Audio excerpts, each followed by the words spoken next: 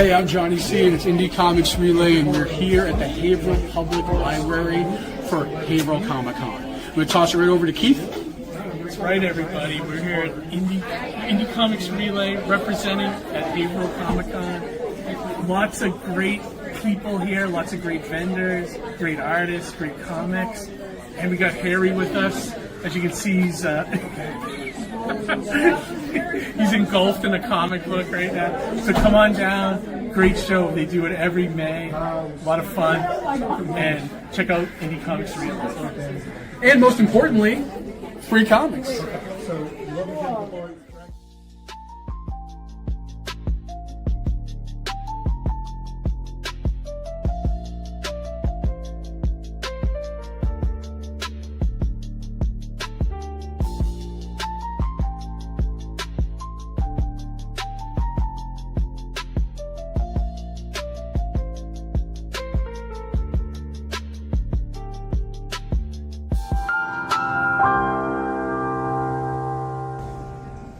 Hey everybody, I'm Johnny C, and I'm whispering because I'm at Haverhill Public Library for Haverhill Comic Con.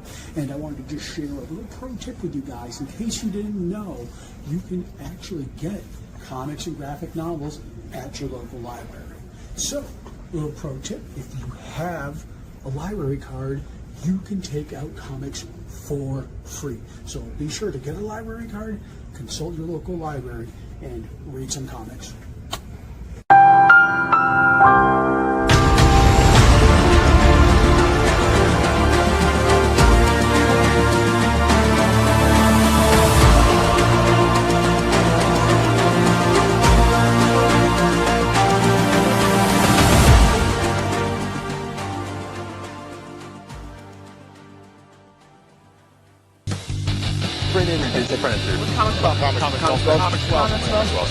Comics Wellspring. And yeah, this is printed with Comics Wellspring. Came out beautiful. High quality stuff. People think it's fantastic. All the books that you see at my table are through Comics Wellspring.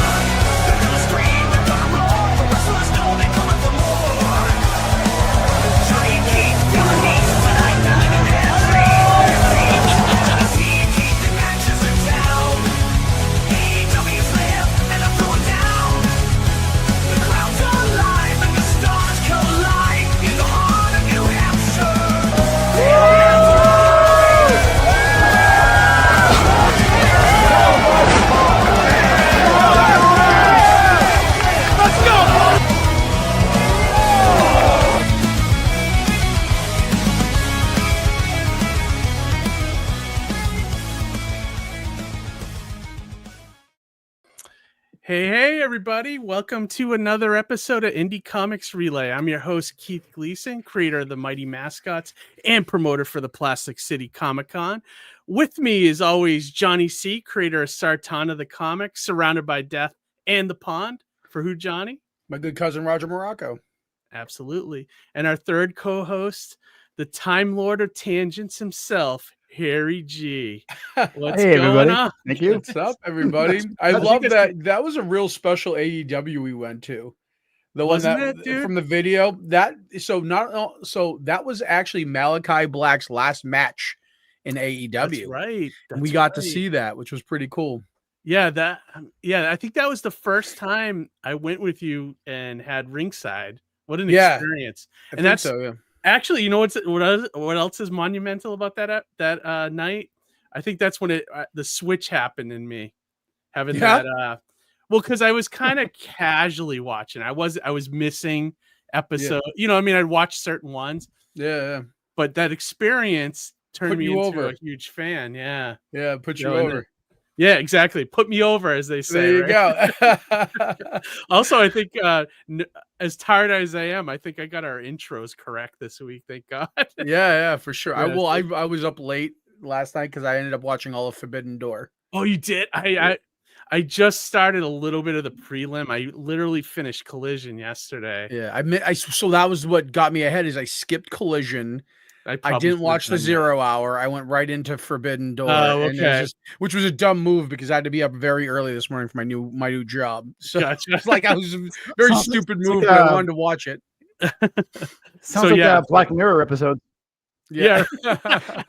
Forbidden Door. This is like a wrestling episode. Yeah, right. Forbidden Door. Yeah. Yeah, they have all these event names, you know, that I'm starting to learn. After hours wrestling. Yeah. Exactly. So for those who don't know, Forbidden Door is the name of an AEW event, but the reason why it's called Forbidden Door is that it's much like in comics, 2 wrestling companies or 3 wrestling companies are crossing over for this one event. So, you know, they're entering through the Forbidden Door, going to a different company to fight. Okay. So that's where that phrase comes from. Gotcha. I didn't kind of know like a crossover in comics, right? When the X-Men show up in Avengers. Yeah. Or they're about to do another Marvel versus DC event soon too. Oh, I heard about that. Yeah, that should be so interesting to see what that looks like in today's day and age. If that actually gains interest for some type of cinematic version of that, because I know a lot of people have been saying that for a while. They'd love to see that in cinemas. Oh yeah, absolutely. We still waiting for AEW, Johnny. Yeah, Jess and I have wanted to go to an AEW event together for a while. Nice. We haven't found an opportunity to. Unfortunately. Oh, look at this. Evening Trendsetters. Oh, that's nice. Who's trendsetting? You guys are for watching the show. Yeah, thanks, guys. Right. Yeah, thanks for watching. I like seeing that. Chandra, a lot of new people. Chandra said, let's go. Chandra's going to be on in a little bit. And, yeah, that's right. That's right.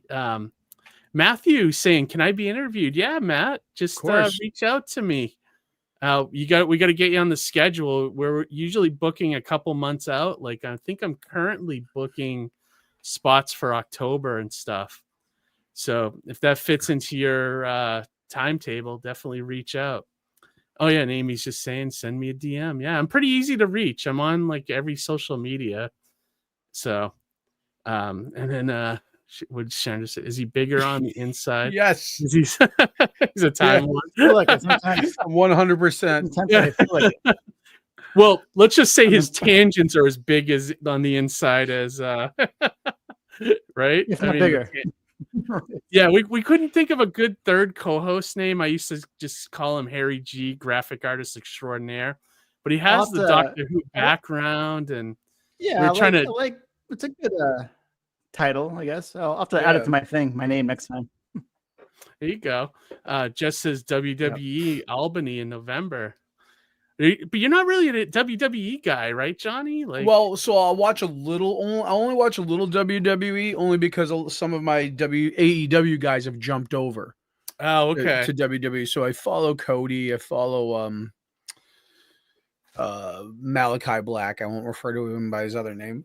It's his new name. I don't even know. Aleister Black, which was actually, he was originally known as Aleister Black, and then he came to AEW as Malachi Black. And admittedly, so I do like his presentation in WWE better. Okay. But I know him as Malachi Black, so he's Malachi Black. I'll have to check out some of the matches he's in and stuff, and just see like. Yeah. I always the only one I would kind of watch is like the Saturday night main events, just because for the nostalgia stuff. That has that old school vibe, like the 80s vibe, like the way the ring's set out and the lighting and like, you know, the very tight corridor that leads to the ring. Like it gives that awesome old school vibe, which I like. And you have Jesse the Body Ventura. Just like still on, I was gonna ask you.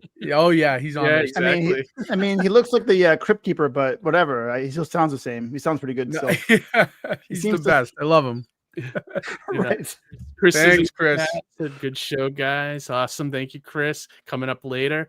I need to go to a show with you, Johnny. My last show was a month ago, but I love watching it live. I it's do, fun. Johnny. I need to go with you too. We'll go. Yeah, we'll all go to. You should go to an indie show. We'll go to Chaotic, or next time Lucky Crow's around that we're all around at.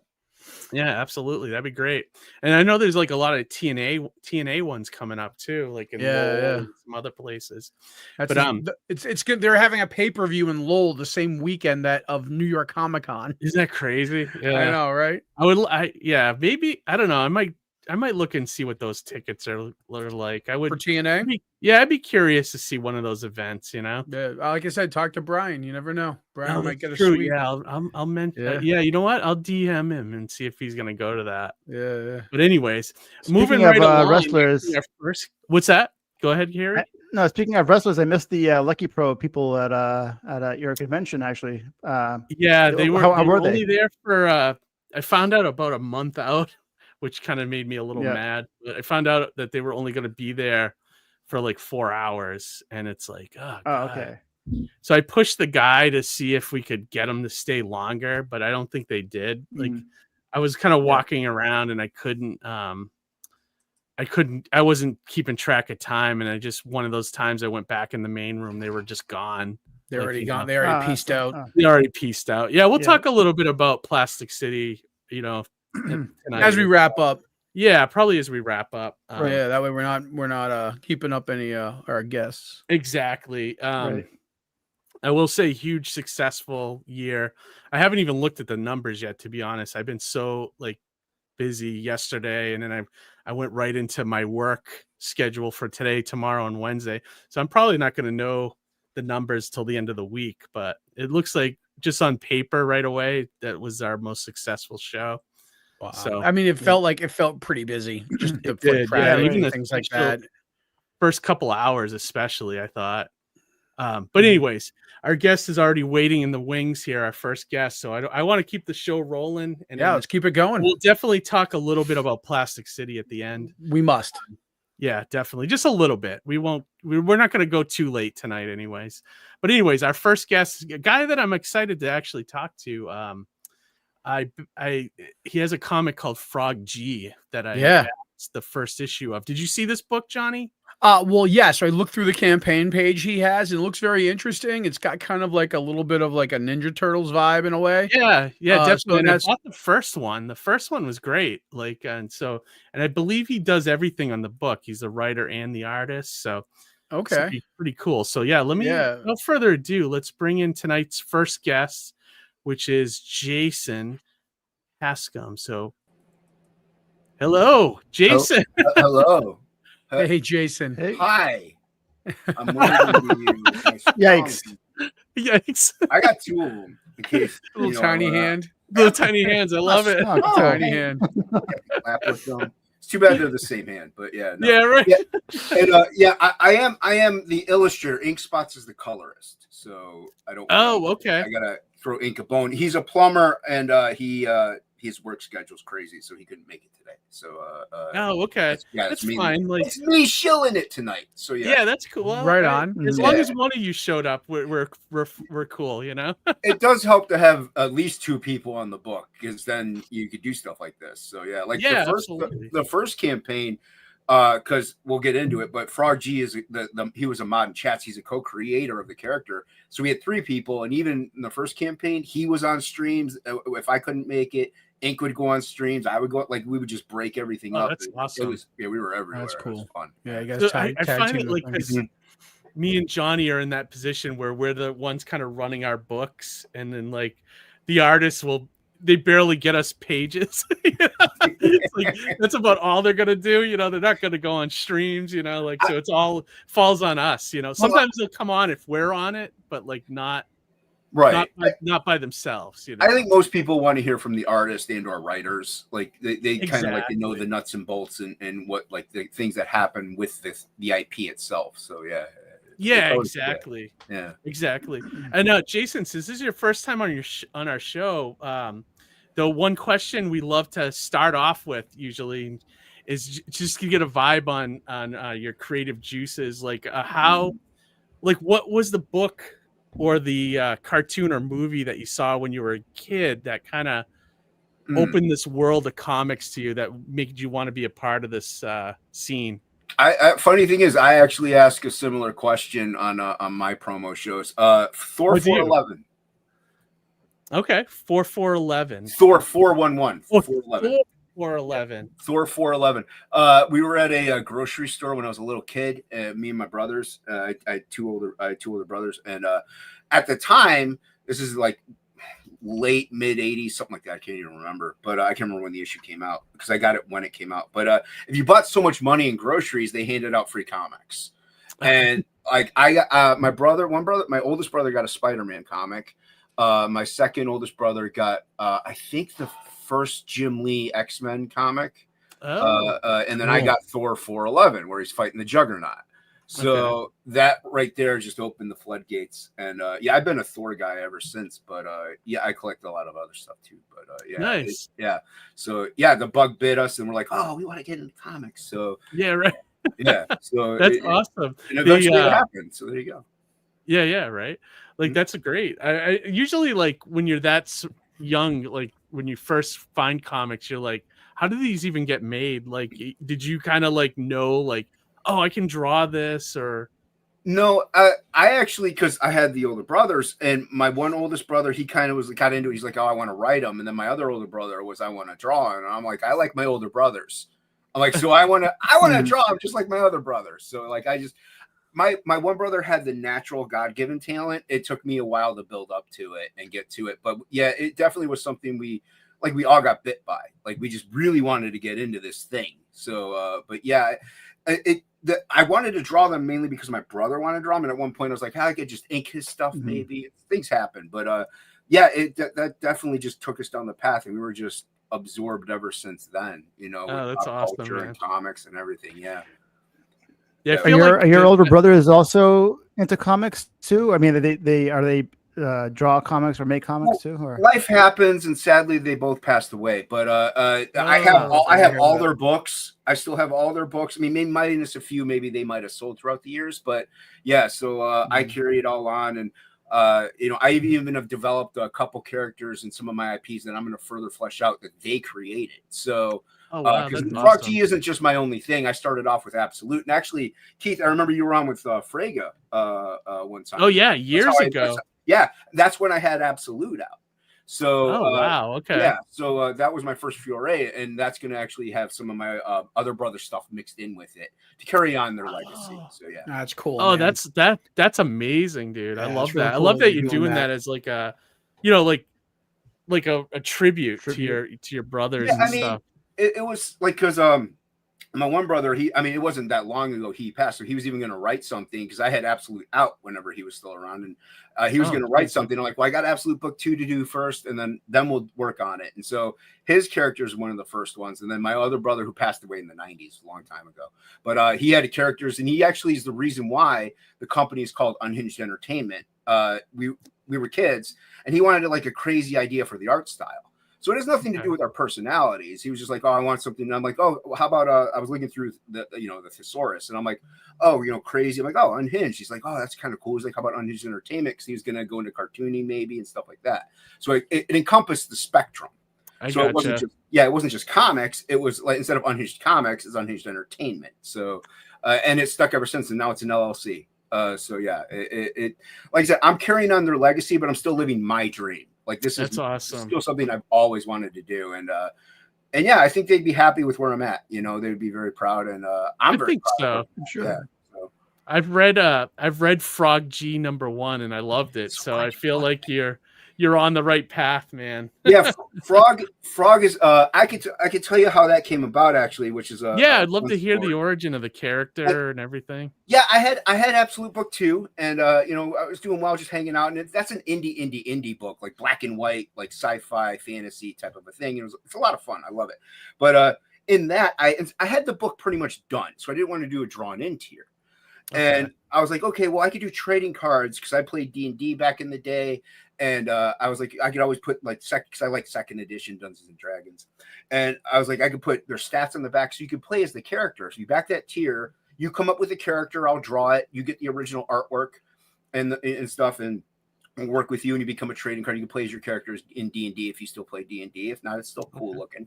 And the first person to back it, his name is Global Frequency, Nefarious from Global Frequency. Oh yeah, I know. Mavericks. He does Mavericks. He backed that one of them, and he became a dragon. Matt Yackey colored that one. It was great. And the other one was the mod Frog G from the chats. If people have been around, they might have seen him in chats for the past few years. He slings links and everything like that, and he wanted to be a frog. His name is Frog G. And I'll tell you later how he got that name too.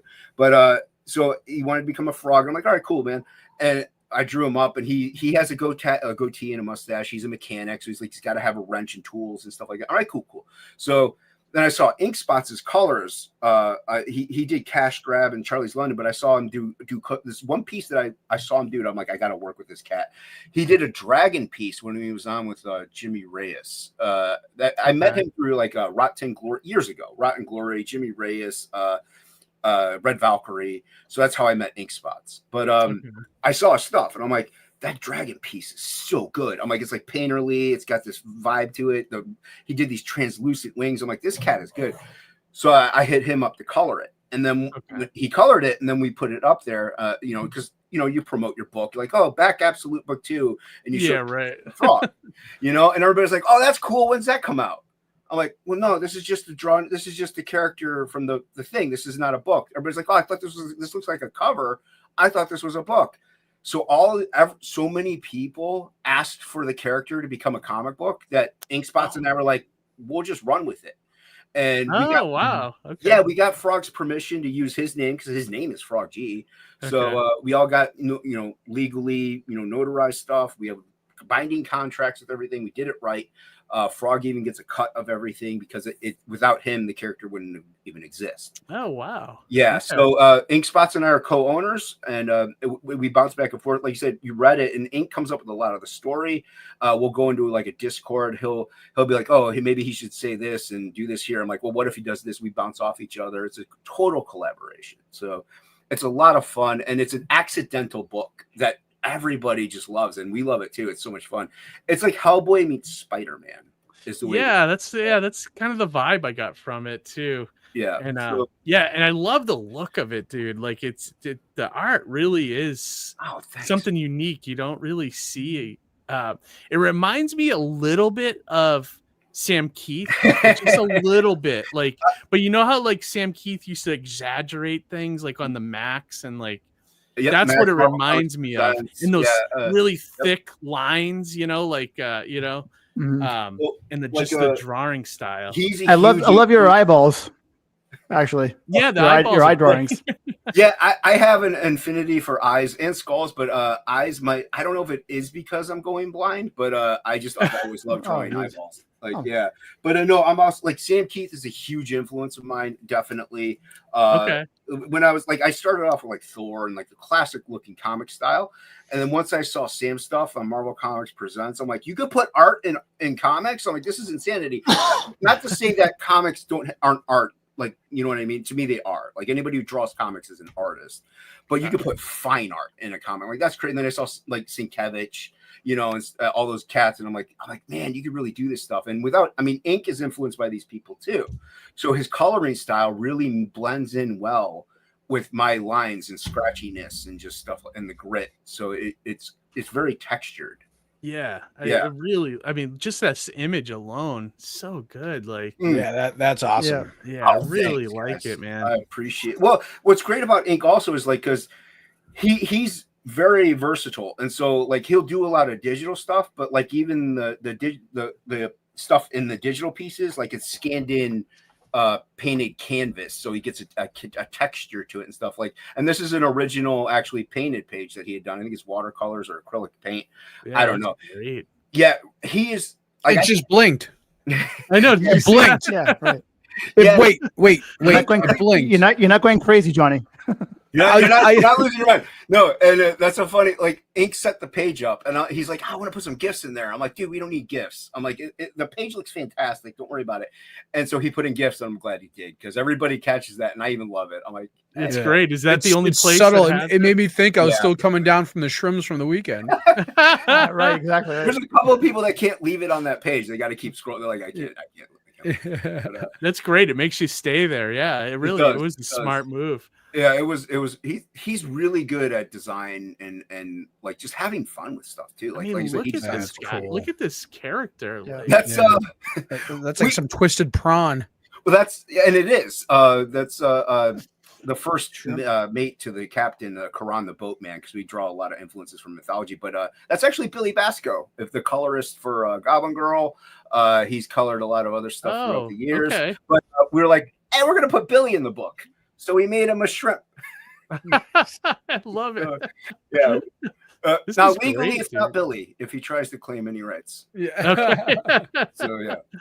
But the pages, man, like the art is amazing, dude. Like I said, I don't want to like try to throw myself back any, but I think this book wouldn't be as good, nowhere near as good, if it wasn't for Ink's colors. And like that's a fully painted 2-page spread acrylic page. Yeah, I see the brush strokes and the water and everything. Like he's throwing everything, and he's gonna have some oil painted pages. Like I'm not trying to sell myself short. I mean, I love what I do. I like my style. I like the grit. With this book, I could be a lot more Sam Keithy than I can with Absolute. So I'm having way more fun with it. But Ink it's the kind of character that kind of lends itself to that Sam Keith style. Yeah. But with like Ink's colors, I mean, just really, and this is Carl Stefan Chubbs from Merry Boys. He did a variant cover. Oh yeah. Yeah. And we're so big fans, and we're like, we need to get a cover. So this is a trading card. If you signed up on the mailing list, you get a foil trading card. And then Christopher John, he's been out of the scene for a while. But really good graphic style graffiti type artist. Yeah, I like it a lot. Oh, it's so good. He was going to do something with Narwhal, but like things never really developed. What happened? Okay. But he is crazy good. Like hopefully he comes back to the indie comic scene, because I mean, really, he's just phenomenal. But yeah, man, indie's where it's at, man. I love it, man. You can do this kind of stuff. You can't do this exactly. Yeah. Look at these covers. This is great stuff. Yeah, I mean, you can just see a lot of the personality and the character and the way it's illustrated. You know, this is a testament to comics right here, because you don't need lettering. The art does so much for the book. You know what? Ink Spots will love to hear that, because he's lettering it and he hates lettering. So we're not no dialogue, Ink. Here you go. Oh, that's funny. Yeah, like it's you don't want to it's almost like you don't want to wreck it with word balloons and lettering, but it seems like the lettering's more complimentary than necessary, right? Mm-hmm. Yeah, Ink's doing a really, like, I started lettering it because I lettered my first 2 books, and I have it looks like a comic book style lettering, like it looks like a comic book. It gets by. I lettered it. He's like, I don't like it, so he relettered it. I'm like, well, I'm not gonna letter everything to have you re-letter everything. So he's lettering it. He's wearing a lot of hats with this book, and like I draw it and I co-write it and script and stuff like that, but Ink does a lot of work. I like it more whenever he's here, because he just does so much. And like I said, I'm not trying to put myself on the back burner at all. Right. But you're pumping up your team, which I am, and he deserves it. He's really good. It's. You both are. You guys. You both are. You do the. You're drawing. You get to do the foundation first, and then he does the coloring, and it's comes together. And like George Papard, it's the magic created between creators, right? I mean, there's always that argument with who is more the Marvel Universe creator, Stan Lee or Jack Kirby? It's both. They're not as good separately, but together they're like the Beatles. Well, Stan Lee was the part that Kirby was missing. Kirby was kind of shy and recluse. You know what I mean? So Stan Lee was his voice. His voice basically. Yeah. No, and you're right. But I agree with you. I'm a little more Kirby than I am. I'm a little more Kirby. I'm sorry. I am too. I can't help it. Me being a Thor fan, I'm going to be more Kirby, I think. Of course, you're going to be more Kirby. But like the great thing about like the way we work is we don't step on each other's toes, but we trust each other, knowing like what we excel in to just go ahead and do it. Yeah, so like, you know, I'll draw the page, like we'll even lay it out. Let's say it's got like 3 panels. I'm like, well, this kind of deserves 5, like with the way the story's going. I'll just do it. I don't even ask him if I could change it, and I'll just do it. And he gets it. He's like, oh, this is dope. And then he colors it, and I see it. I'm like, this is exactly how I pictured it. So yeah, nice.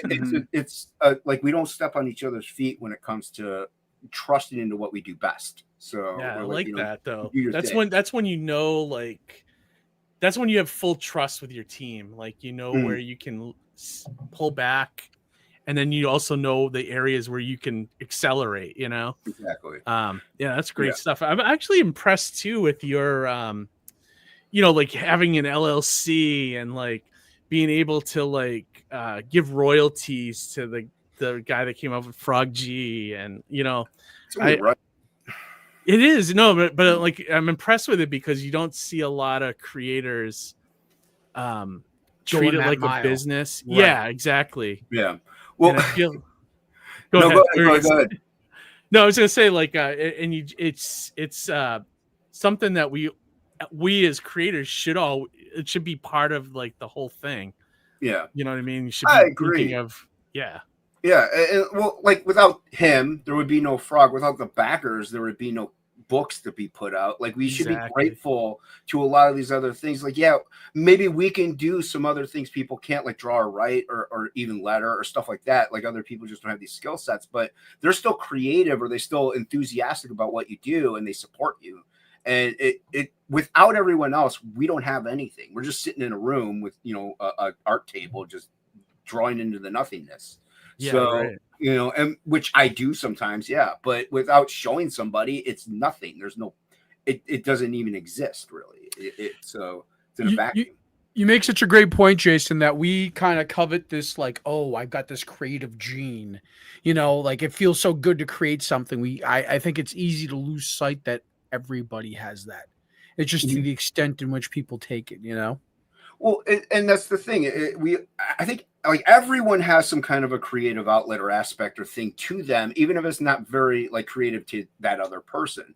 So, you know, they all love this passion. If they see you're passionate about it, they relate to it because everyone's passionate about something. That becomes infectious too. That's all part of your marketing. Yeah. Right. Yeah. But it's all marketing. All marketing. Buy my book. Merchandising. Kids are gonna love it. No, but like I'm a huge Pantera fan, and right on. In the shows and stuff, if you go see a show or you did go see a show, almost at the end of every song feels like thank you very much. Almost every time he's like they do mean it because they know without even Elvis scolded his brother one time because his brother told his fans to shut up because Elvis was trying to sleep. And Elvis told his brother, he's like, don't you ever tell them that. He's like, without them, we have nothing. Like we are nothing. So without the fans and without the people that help, even so like, hey, maybe you should change, like, even if like Billy is to be like, hey, you should change that panel to a silhouette. Oh, that's a good idea. You learn and you draw and you are inspired by other people, as well as like the people who don't do what you do, but they're passionate about it too. So they purchase it and they help you. It's a circle, man. It's like a carousel. Yeah, exactly. That's why I always like Todd McFarlane too. Like when he would go and do signings, he would stay there till every damn autograph was signed. Yep. He didn't have like the bullshit, like I'm only signing for 2 hours and then I'm gone. And then the convention cuts people off. He's like, no, everybody's here. They're a fan. I'm going to take a minute and sign all their stuff. And like, I was like, that's the attitude, like, you know, to have as a creator when you get to that level, you know, like giving back. And even like his philosophy, and I try to follow it because of my medical condition. I kind of can't, but where he doesn't eat or drink anything during the show. Like so he can stay at his table as long as he can to either get that head sketch, like back in the day, obviously. Yeah, right. It's a good point too that Sheldon had. Yeah, I would overheat. Yeah, right. So you're talking about your partial blindness. How does that affect you in your process of like drawing and stuff? Does it play a factor? Yeah, definitely. That also is one reason why my style is the way it is. It's a lot looser, a lot grittier. It used to.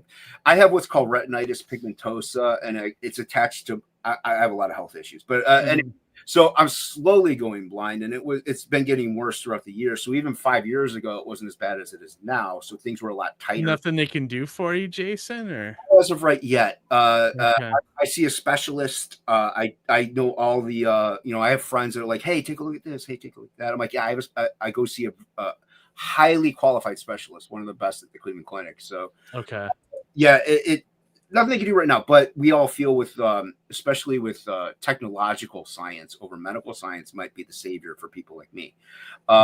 Great. Hey, robot eyes, fantastic. I love it. But, yeah, right. You know what I'm saying? But it affects a lot of what I do is muscle memory. So like, even though I like my crow quill may not hit the line exactly when I'm cross hatching, that the muscle memory is there is whenever I'm just line. The spacing is fine because I know what I've been doing for years on end. It's muscle memory. And also with the way I work is in comics, especially, I do free flow art pieces where I just go ham and they're messy and they're fun. And they're all traditional. But with the way I work with a comic, because it needs to be a little more precise, even if it is messier, I'll do like the outline digitally. Like I can't really see blue line all that well, but it's almost no different from a blue line. So I'll do an outline of Frog's head, and maybe like if there's a small pupil, I'll do that. Like if it's a small panel, I got to have the small pupil in there. I can't see that. So I got to zoom in, do it, and then I'll print it out, and then I'll ink it like traditionally. So I gotcha. The spot the blacks. I'll do all the 9s. So it's an original peg. So it's like a 20/80 mix. But I'm using the tools at hand to get around my handicap. So I can still draw clean and stuff if I were to go digital, and it would look identical how I do it traditionally because I keep it messy on purpose. Okay. But yeah, so it's a lot, like I said, it's a lot of muscle memory and it's a lot of messiness, but it lends to my style in that way, and it's kind of become a signature almost. Like if people see one of my pieces, like, oh, that's Jason. Like I'm a big fan of Jonathan Wayshak. I don't know if I know who. I don't know if I know that artist. Let me make you big. I want to see. Yeah.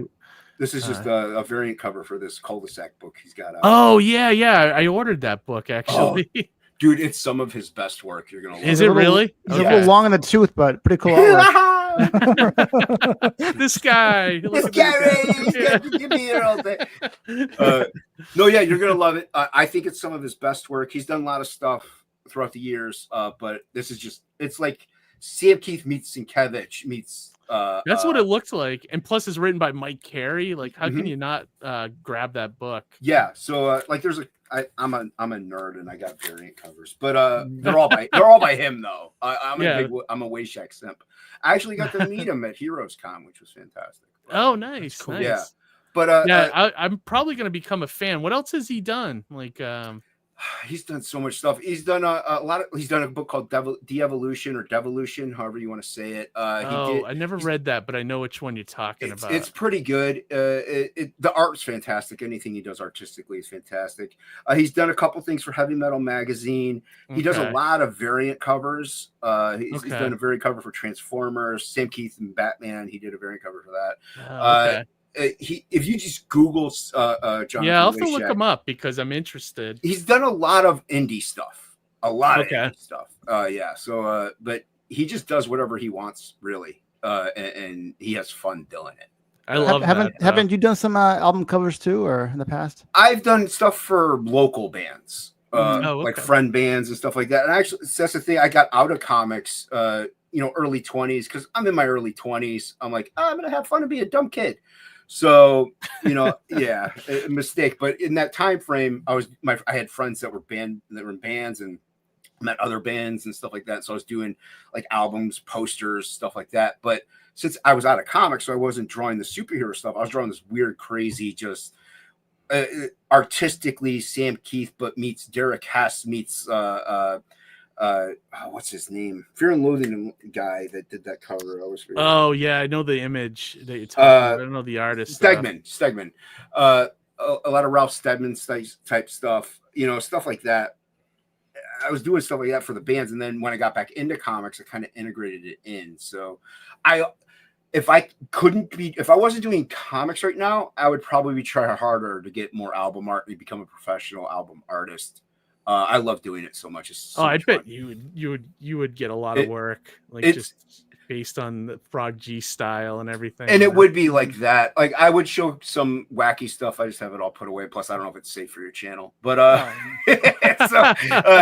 but no, I love doing it.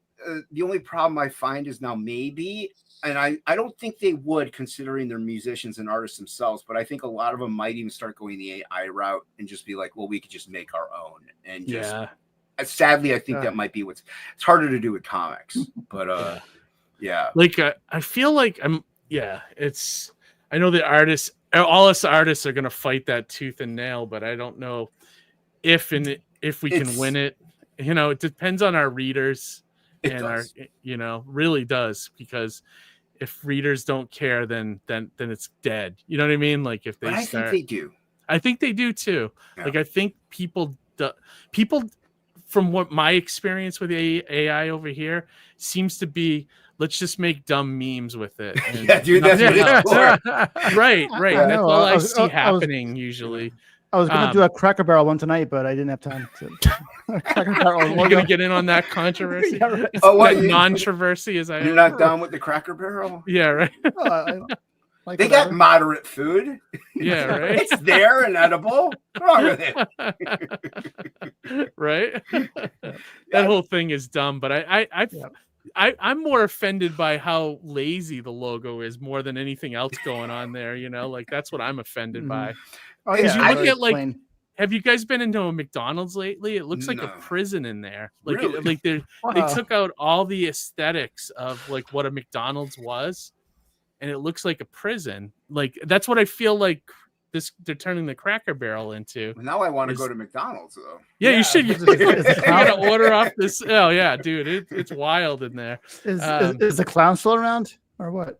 No, there's nothing. It's all like I don't think it's all like nothing in there. It's crazy. Do they even have Ronald McDonald in commercials anymore? I don't think they do. Like I think they got rid of all of their characters and stuff. You don't see them anymore. Well, they do the character stuff like as specials, like just to kind of like as nostalgia, but it's not fully part of the marketing campaign, which I think is wrong. Like, not wrong, but like it's dumb because that's part of what brought us as kids to Mickey D's, right? Yeah, right. Is that cartoon? Like and those commercials? Those commercials were great when we were kids, you know. Although maybe they think kids these days are a little more evolved, maybe because with video games and their immersion in with reality itself, because it's just constantly inundated by information that they're like, "What? I don't want a dumb clown." Like, you know what I mean? That could be it. Maybe we need a little bit of that simplicity back. You know I agree. I mean? Yeah, right. Mm-hmm. Yeah. I mean, people could go maybe 15 minutes without looking at their phone. Dude, it makes me so mad. I'll be walking through work and I'm blind, but I have to look out for everybody else because they're all like this. Walking through the hall, I'm like, you're walking through work. We work in a warehouse / office type place. Pay attention where you're going. Like, look out for that forklift. Yeah. Yeah, right. You know, like if they didn't have noises on them, people would get stabbed constantly with that thing. Even more scary is just drive down the highway sometime and just look over at every car you're passing and count how many. I mean, there's more people on their phone than there's not. Let's just put it that way. Yeah, I even get mad, like, because I have to get transported everywhere, and Mother will drive me around, and she has the voice, you know, the thing on her phone, the Bluetooth and stuff. She'll touch. I'm like, you're driving, don't touch that. I'm like, just focus on the road. I'm like, yeah. So I'm like, you know, I get a little vexed as well.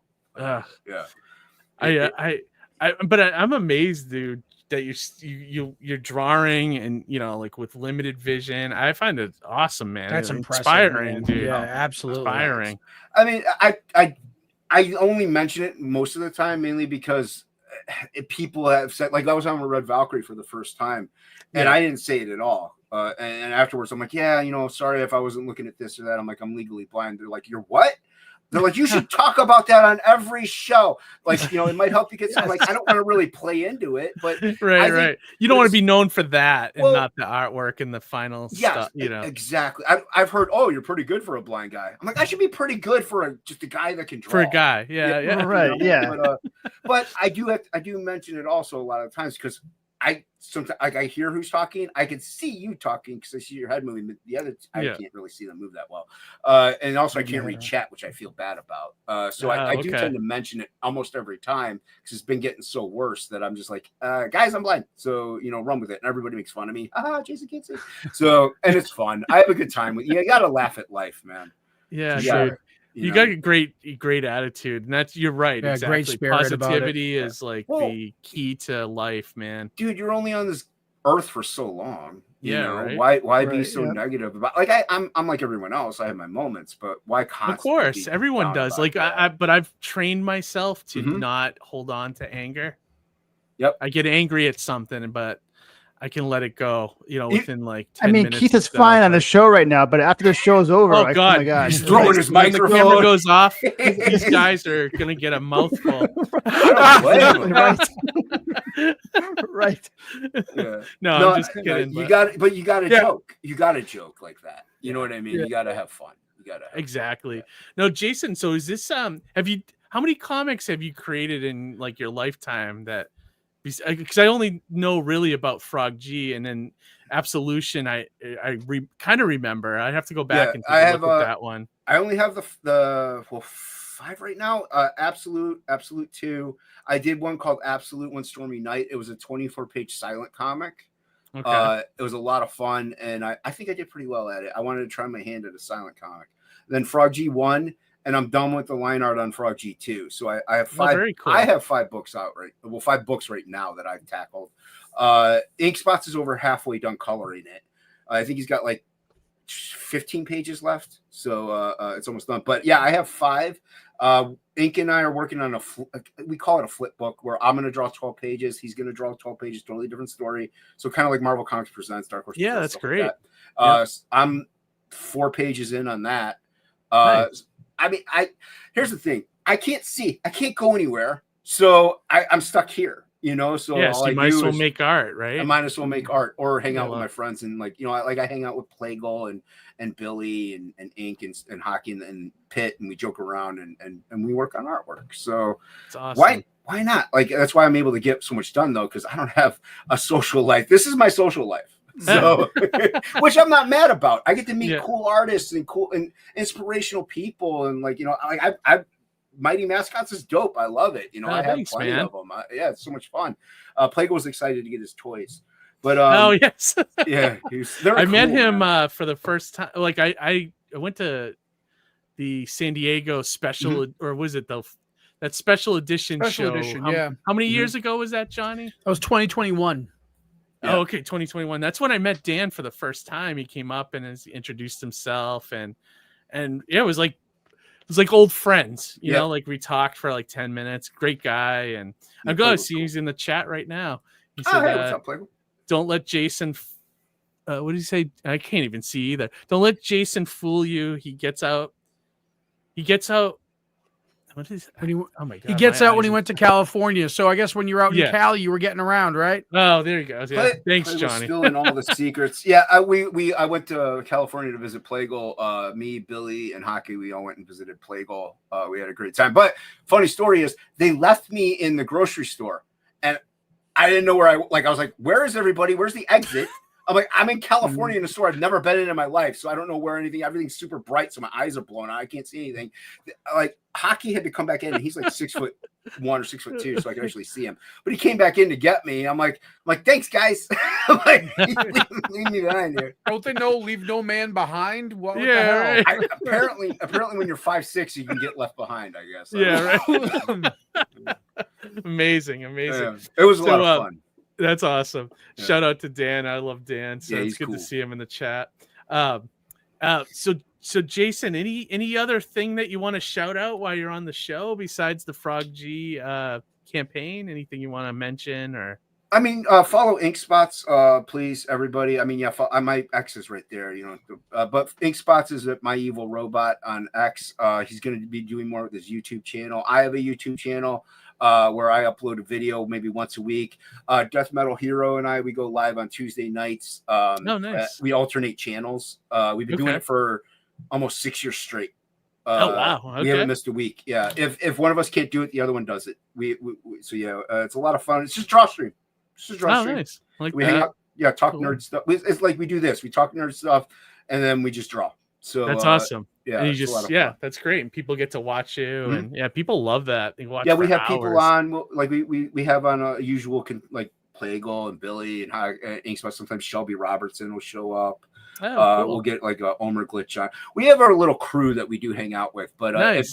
I always tell everybody, hey, if you're an artist, we'll shoot you the link if you want to come on and hang out and draw and just talk and have a good time. Like I've invited Per Berg, I've invited Irene Ostrokowski. Like I just invite people that I know love to draw and have fun because that's what I want to do. It's what I love to do. Yeah, to me, that's what comics are. Yeah, I agree, 100%. I love your attitude, Jason. I shared the link for the Frog G campaign in the chat. Everybody, thank you. It's right there. Check it out. If you're watching this live stream in the morning, definitely go to the description of the video. You can pick up the link there as well. Right. Yeah. Oh, I would want to say one last thing. Sure. Subscribe to this channel if you're new, please. I do like this channel. I don't always get to catch it, but I like your show. I like what you guys do.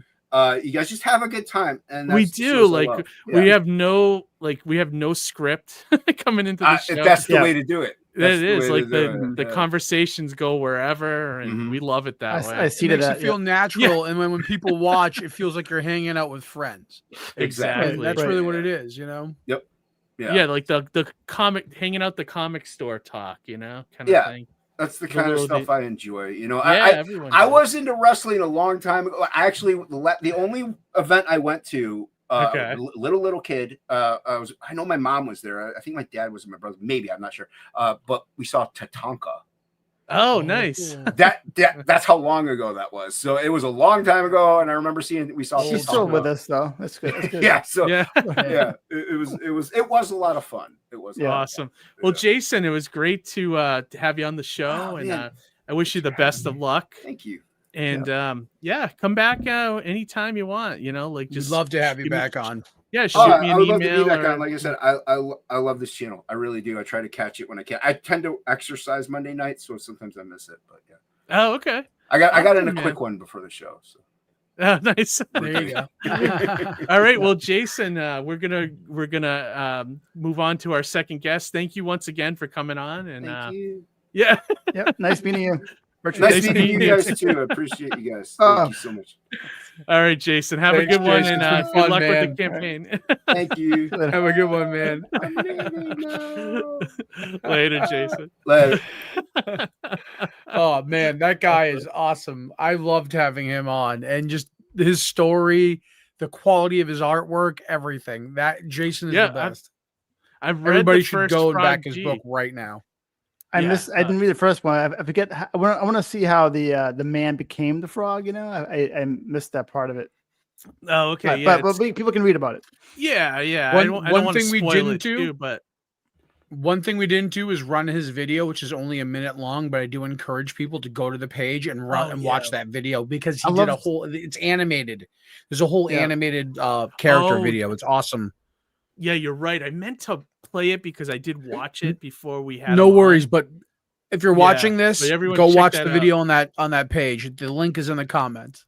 Mm-hmm. Yeah, it's animated, and we got our next guest coming up here. Yep. Let me see here. Hang on one sec. Okay, perfect. All right, so let's keep the show rolling right along, and so our next guest, we got two. We got writer Chris Denmead and Chandra, which is an artist, right, Johnny? Like what you said. Yeah. So Chandra was actually at Terrificon with us. I've seen her a bunch of shows. You may have. You probably recognize her when she comes in. But she's been at Retro Expo, a couple of Joe Souza shows. She's a wonderful staple of the local community. But she's also an artist. She actually did a little work for me on an idea that she came up with at my booth at Terrificon. She saw me working, and then she kind of saw the way I was pitching something. And she goes, "I have a brilliant idea." And then we kind of she pitched it to me. We did a little back and forth, and sure enough, we came up with something. So real awesome artist. And it was just what a coincidence because I knew Chris was coming on, and when I went to go look at his campaign and back it, I just happened to see that she did a cover for him too. Oh, wow. Okay. All right. Without further ado, let's bring them both into the show here. Yeah. First off, we got writer Chris Denmead. Hey, Chris, what's going on? Hey, guys. How are you? Good. Hey, good. And then we got... man. Taking this off my for some reason my headset's not working correctly with okay. with the computer. And we got artist Chandra. Is that how you say it? Hey, Chandra. Yeah. All right. Good to see you.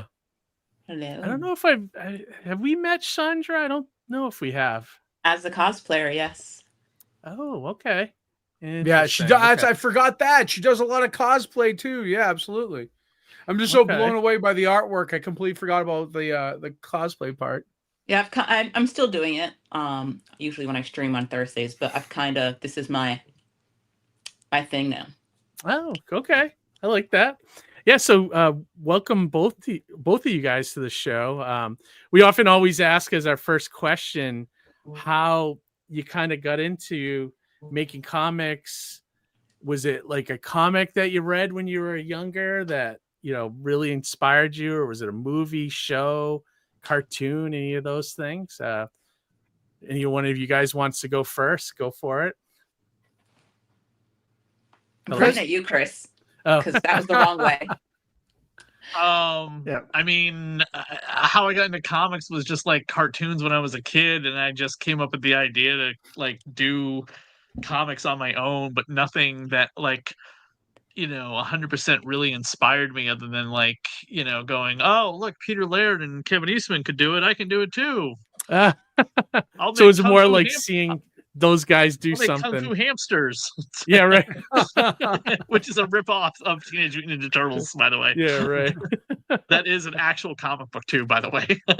Oh yeah, there was so many ripoffs. I actually did some work for the guy that did the adolescent radioactive black belt hamsters, Don Chen. Yeah. I did some lettering work for him. Oh my god. Remember that one? There's a book out that called I think it's called where's my phone? I'll have that exact name up for it in 2 seconds. I think it's called My Comic Shop, and he goes into great detail about like the black and white 80s boom, like with Teenage Mutant Ninja Turtles, and how there was just all these stupid imitators. Like it just flooded the market with like god awful imitators. Well, same with cartoons. Like there was a million knockoffs. Biker Mice from Mars and Pizza Wars and Army Ants. They're all trying to capture that turtle love again. Oh yeah, absolutely. How about you, Chandra?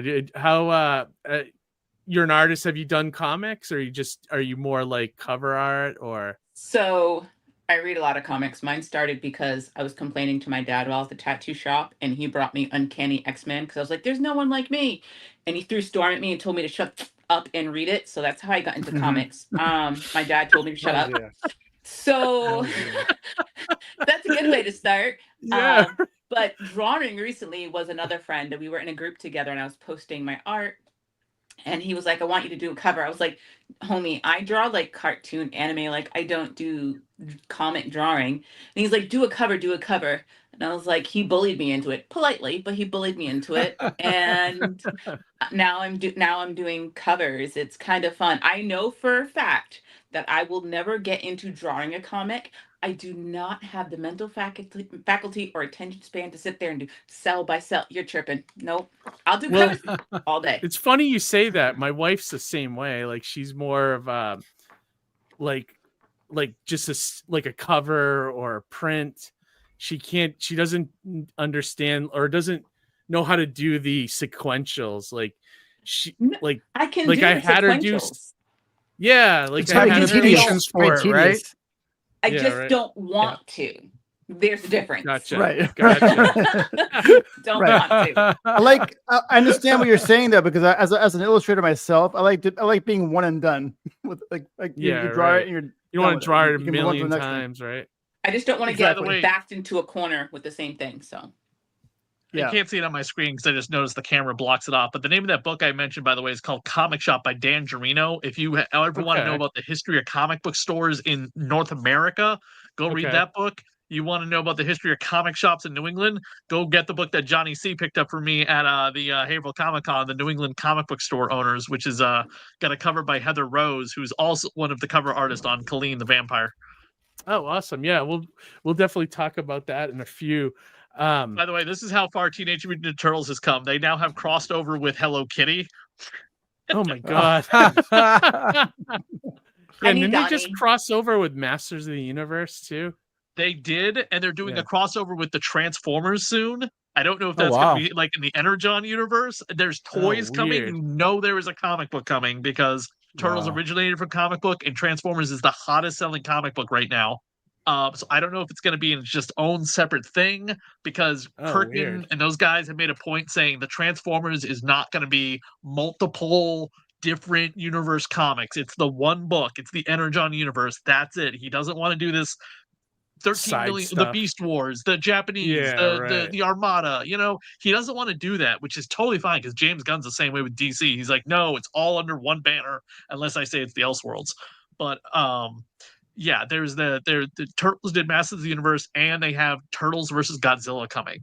Because everyone's fighting Godzilla now. The Justice League, the Marvel Universe, Thor. You know, it's ain't Godzilla that destroys the why Marvel not, Universe. right? Yeah, right. When are we going to see Godzilla versus Alien? Godzilla versus Alien. How about that? Yeah, right. You know, that it's would coming. be awesome. Actually, it's coming. Yeah, they could do that easily too. They could have like a face hugger, they have like Godzilla impregnate wearing like the a Venom kaiju or something. You know. Yeah, well, they have the Godzilla wearing the Venom symbiote in Godzilla versus Spider-Man, and Godzilla destroys the Marvel Universe. He's wearing the Carnage symbiote. Oh my god! Holy so shit! Crazy. Yeah. I know. I don't know if I want to read these. It sounds too much. But well, I did read a little bit of the Alien Avengers one, and I actually liked that. The whole thing with Hulk.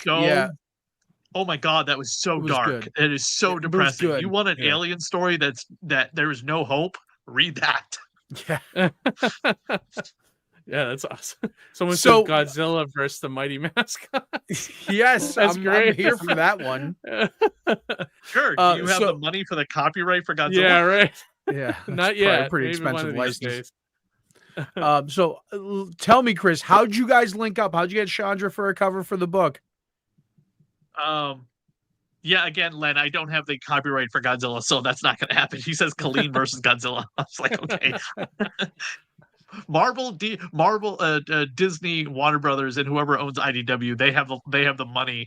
IDW publishes the Godzilla comics. But getting off the Godzilla subject, I met Chandra at a con in 2019, just before the pandemic, and saw some of her artwork. And she did artwork for Vlada Tales of the Damned, which is a small little anthology book of different writers and artists that Tim Vigil did the art on the cover for, and then he's got interior artwork as well. And Chandra did a story in there. Don Peresi did a story. If you know who Don Peresi is, if you've ever heard of him, look him up. He did a lot of like 90s fantasy, vampire, sexy women kind of black and white illustrations. Kind of like along the lines like Tim Vigil would. Maybe not nearly as pornographic, more pinup style. And so I asked her to do that, and then I was coming around for the covers for Caline, which is the current Kickstarter. I asked her to do a cover for that one as well. And the guy who just popped up in chat, that's Len Danovich, he's also has a cover, and he's helped with a lot of the graphics for the Kickstarter too. Oh, awesome. That's great. Yeah, he says a lot of work to illustrate a quality book, but worth it in the end. I like that. That's awesome. And then when did you do the first book? What year was it? So the first book was done by me and an artist named Isaiah Solaris back in 2016. It was a prequel little mini comic. And by mini comic, I mean it was like maybe like 10 pages. And now when I reprint it, it's like this size. You can see that in the camera. I don't have a copy in front of me. Yeah, let me. But it's like that small, so it is like a really tiny mini comic now. And that was a prequel book. Because originally it started as a movie on Kickstarter, and the movie failed epically to gain money. Then in 2020, so wait, were you going to make a movie at one point? Is that? Yeah, but that was an epic failure to even try that. So you want to try it again then? 2020, Ken Hunt and I came together and we're going to do a comic book of Vlada Dracula Tale, where we gender swap the cast of Dracula. But he came up with the idea of, instead of doing it that way, we would do it like Bernie Wrightson's Frankenstein. Oh, like a book. Yeah, okay. Like an illustrated novel. Okay. Yeah, like okay. Yeah. So with the like a gothic graphic black and white novella. paintings and stuff. Yeah. That Like a basically graphic became like novella. this. Yeah, okay. Oh, yeah. yeah. Like his Cycle of the Werewolf too, he did with Stephen King. Right, but his Bernie Wrightson Frankenstein is more like oh yeah, look at that. It's great. You know, he took the story of Frankenstein and made all the illustrations for it. So it's the Mary Shelley novel, you know. He drew Bernie Wrightson drew 55 illustrations, and Ken Hunt had the idea of doing it the same way. So this is one of his pieces of artwork from Vlada Dracula Tale. That's great. That's from the comic book that came out afterwards called Chronicles of the Damned. Okay. That's another piece of artwork from Vlada Dracula Tale. And these, by the way, these two pieces, the one of this one and this one, are on the Kickstarter right now for Caline for sale. Oh, cool. Oh, cool. The originals, yeah. Yeah, these are original pieces of artwork. These are original cool. These are the original drawings. Beautiful. Oh, that's original awesome. pencils and pens. So we're selling those on the Kickstarter as original pieces of artwork. Ken has had 2 pieces of artwork sell on the Kickstarter so far. Oh, nice. That's awesome. Yeah, Yeah, I mean, they look like Rose great rats, pieces. yeah. I'll bring up the Matt campaign Slay. too while we're talking here, so we can. Have Yeah, a look at while it. Keith's bringing up the campaign, Chris, why don't you give kind of like the elevator pitch to the audience who are watching about Caline? Give them kind of like a little bit of an introductory. So Caline the Vampire is a character created within the story of Vlada Dracula Tale. She's like Vlada's apprentice. So it is the entire story of Dracula and all of the characters, but I added one that was kind of a weird side character in the original novel. And I just turned it into this character that you see holding the girl. And this artwork's by Tim Vigil, who did covers for all of the Vlada stuff.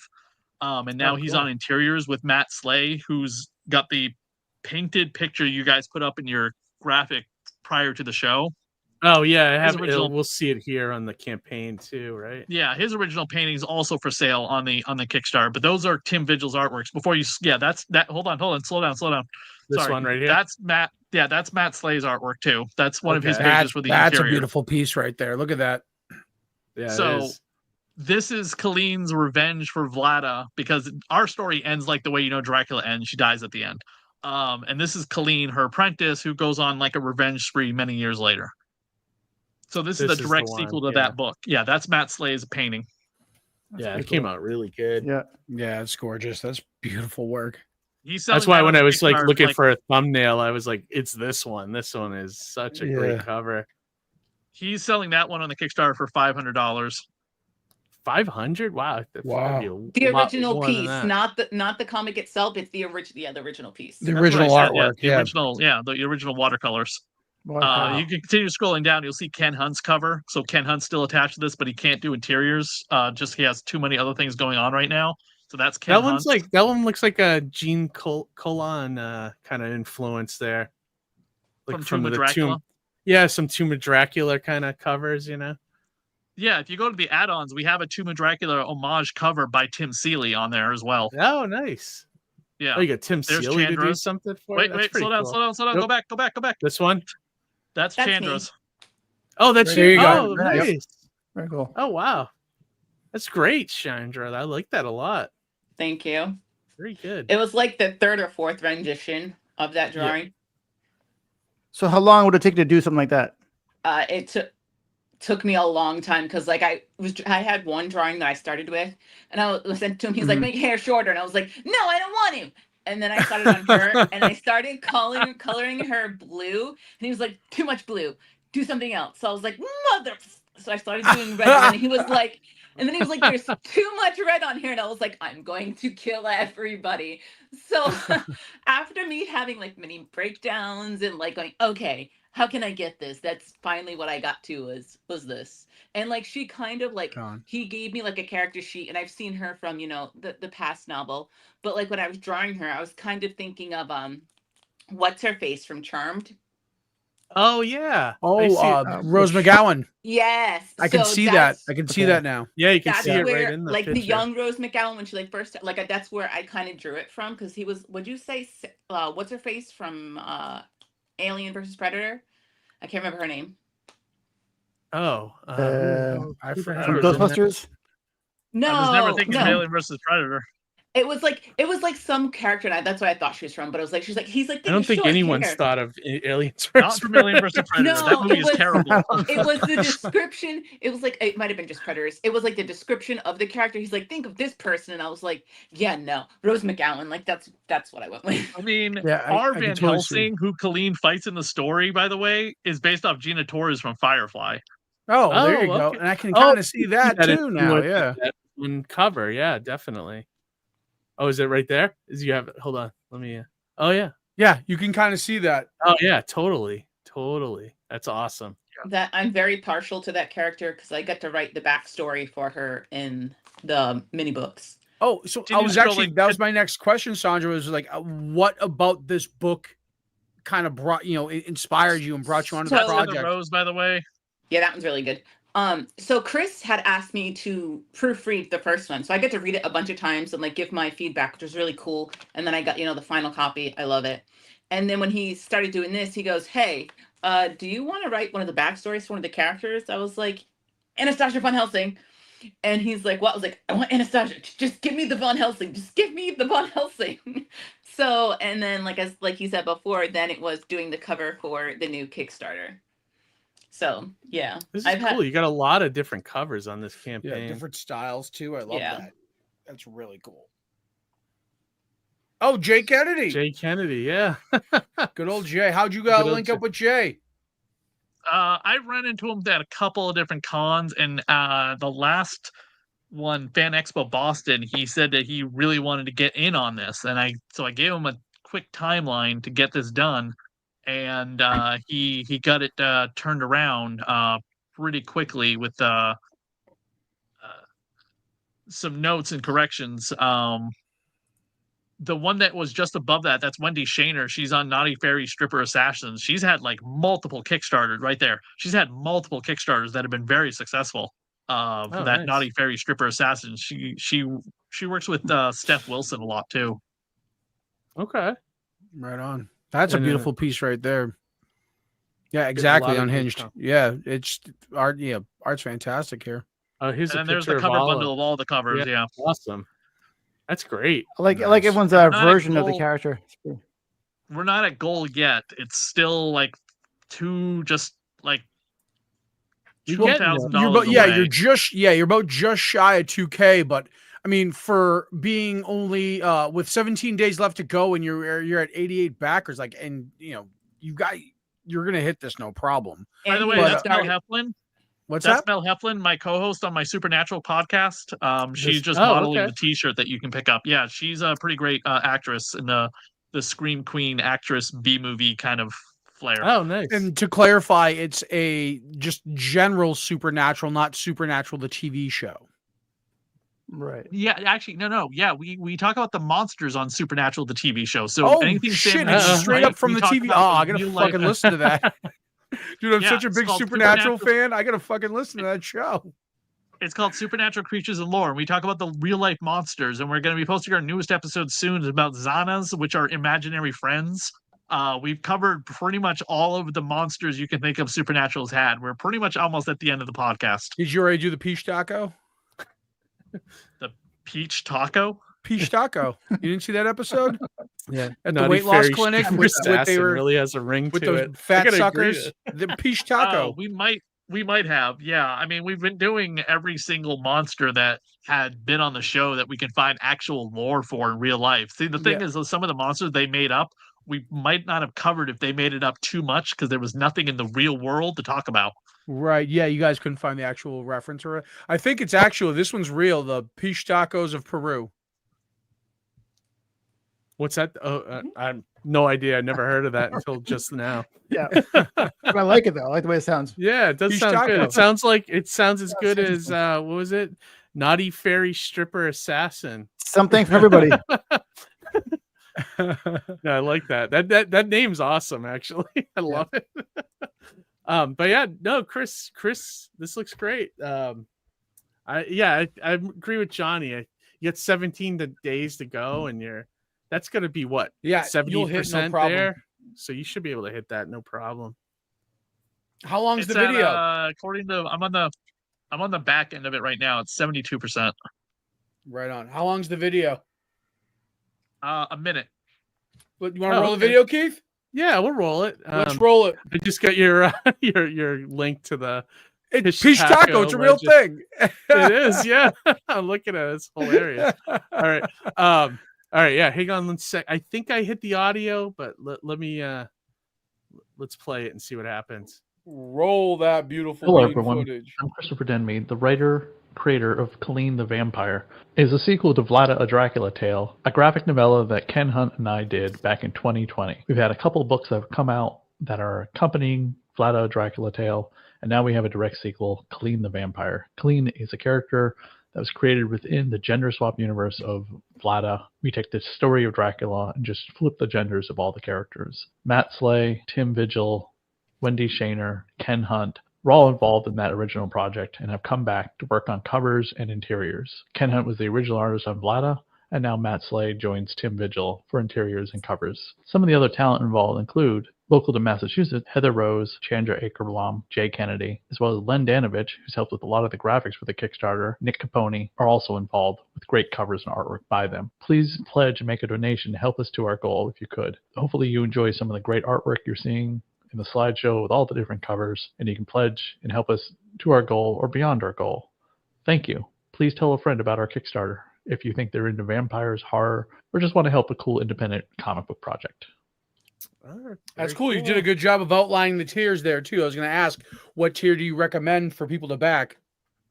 Thank you. That actually 70%. That didn't have a video for a while till Jim Ballant. Do you know who that is? Of Terror Witch of the Black Rose. That doesn't ring a bell to me. That's for like, Catwoman for DC Comics for like 67 issues. What do you say? What's the matter? You don't have a video?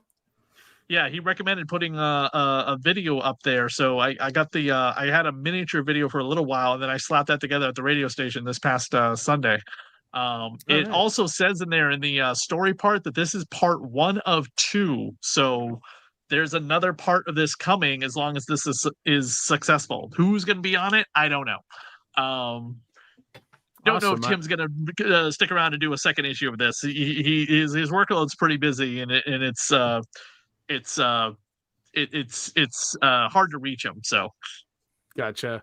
Well, we have the link to the campaign in the chat for everyone to check out. If you're watching this tomorrow, definitely go to the description of the video. It'll be there as well.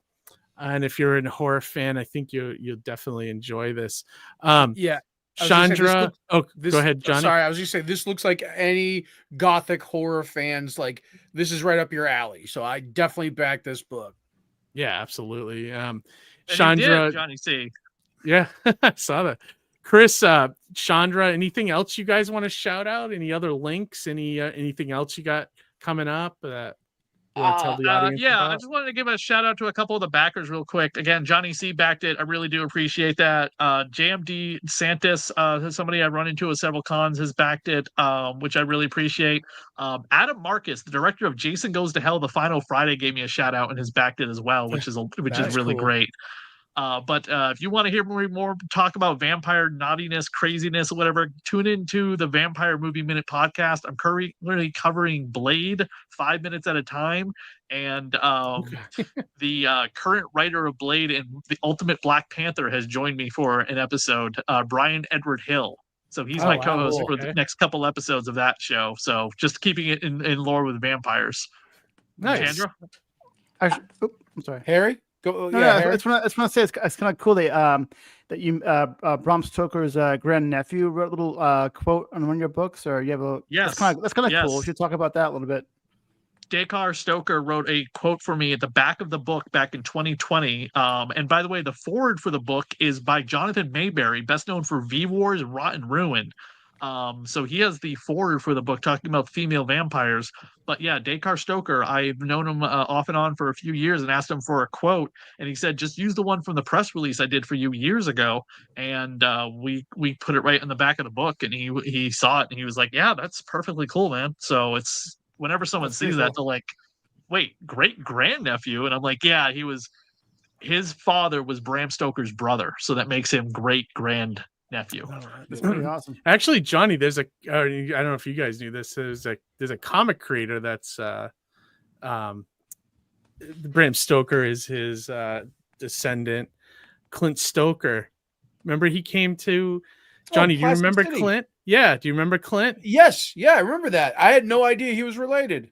Yeah, he's like a descendant or something. It's wild. Yeah, what a small world. I know, right? But anyways, Chandra, did you have any other links that you wanted to shout out to anybody or let anybody know?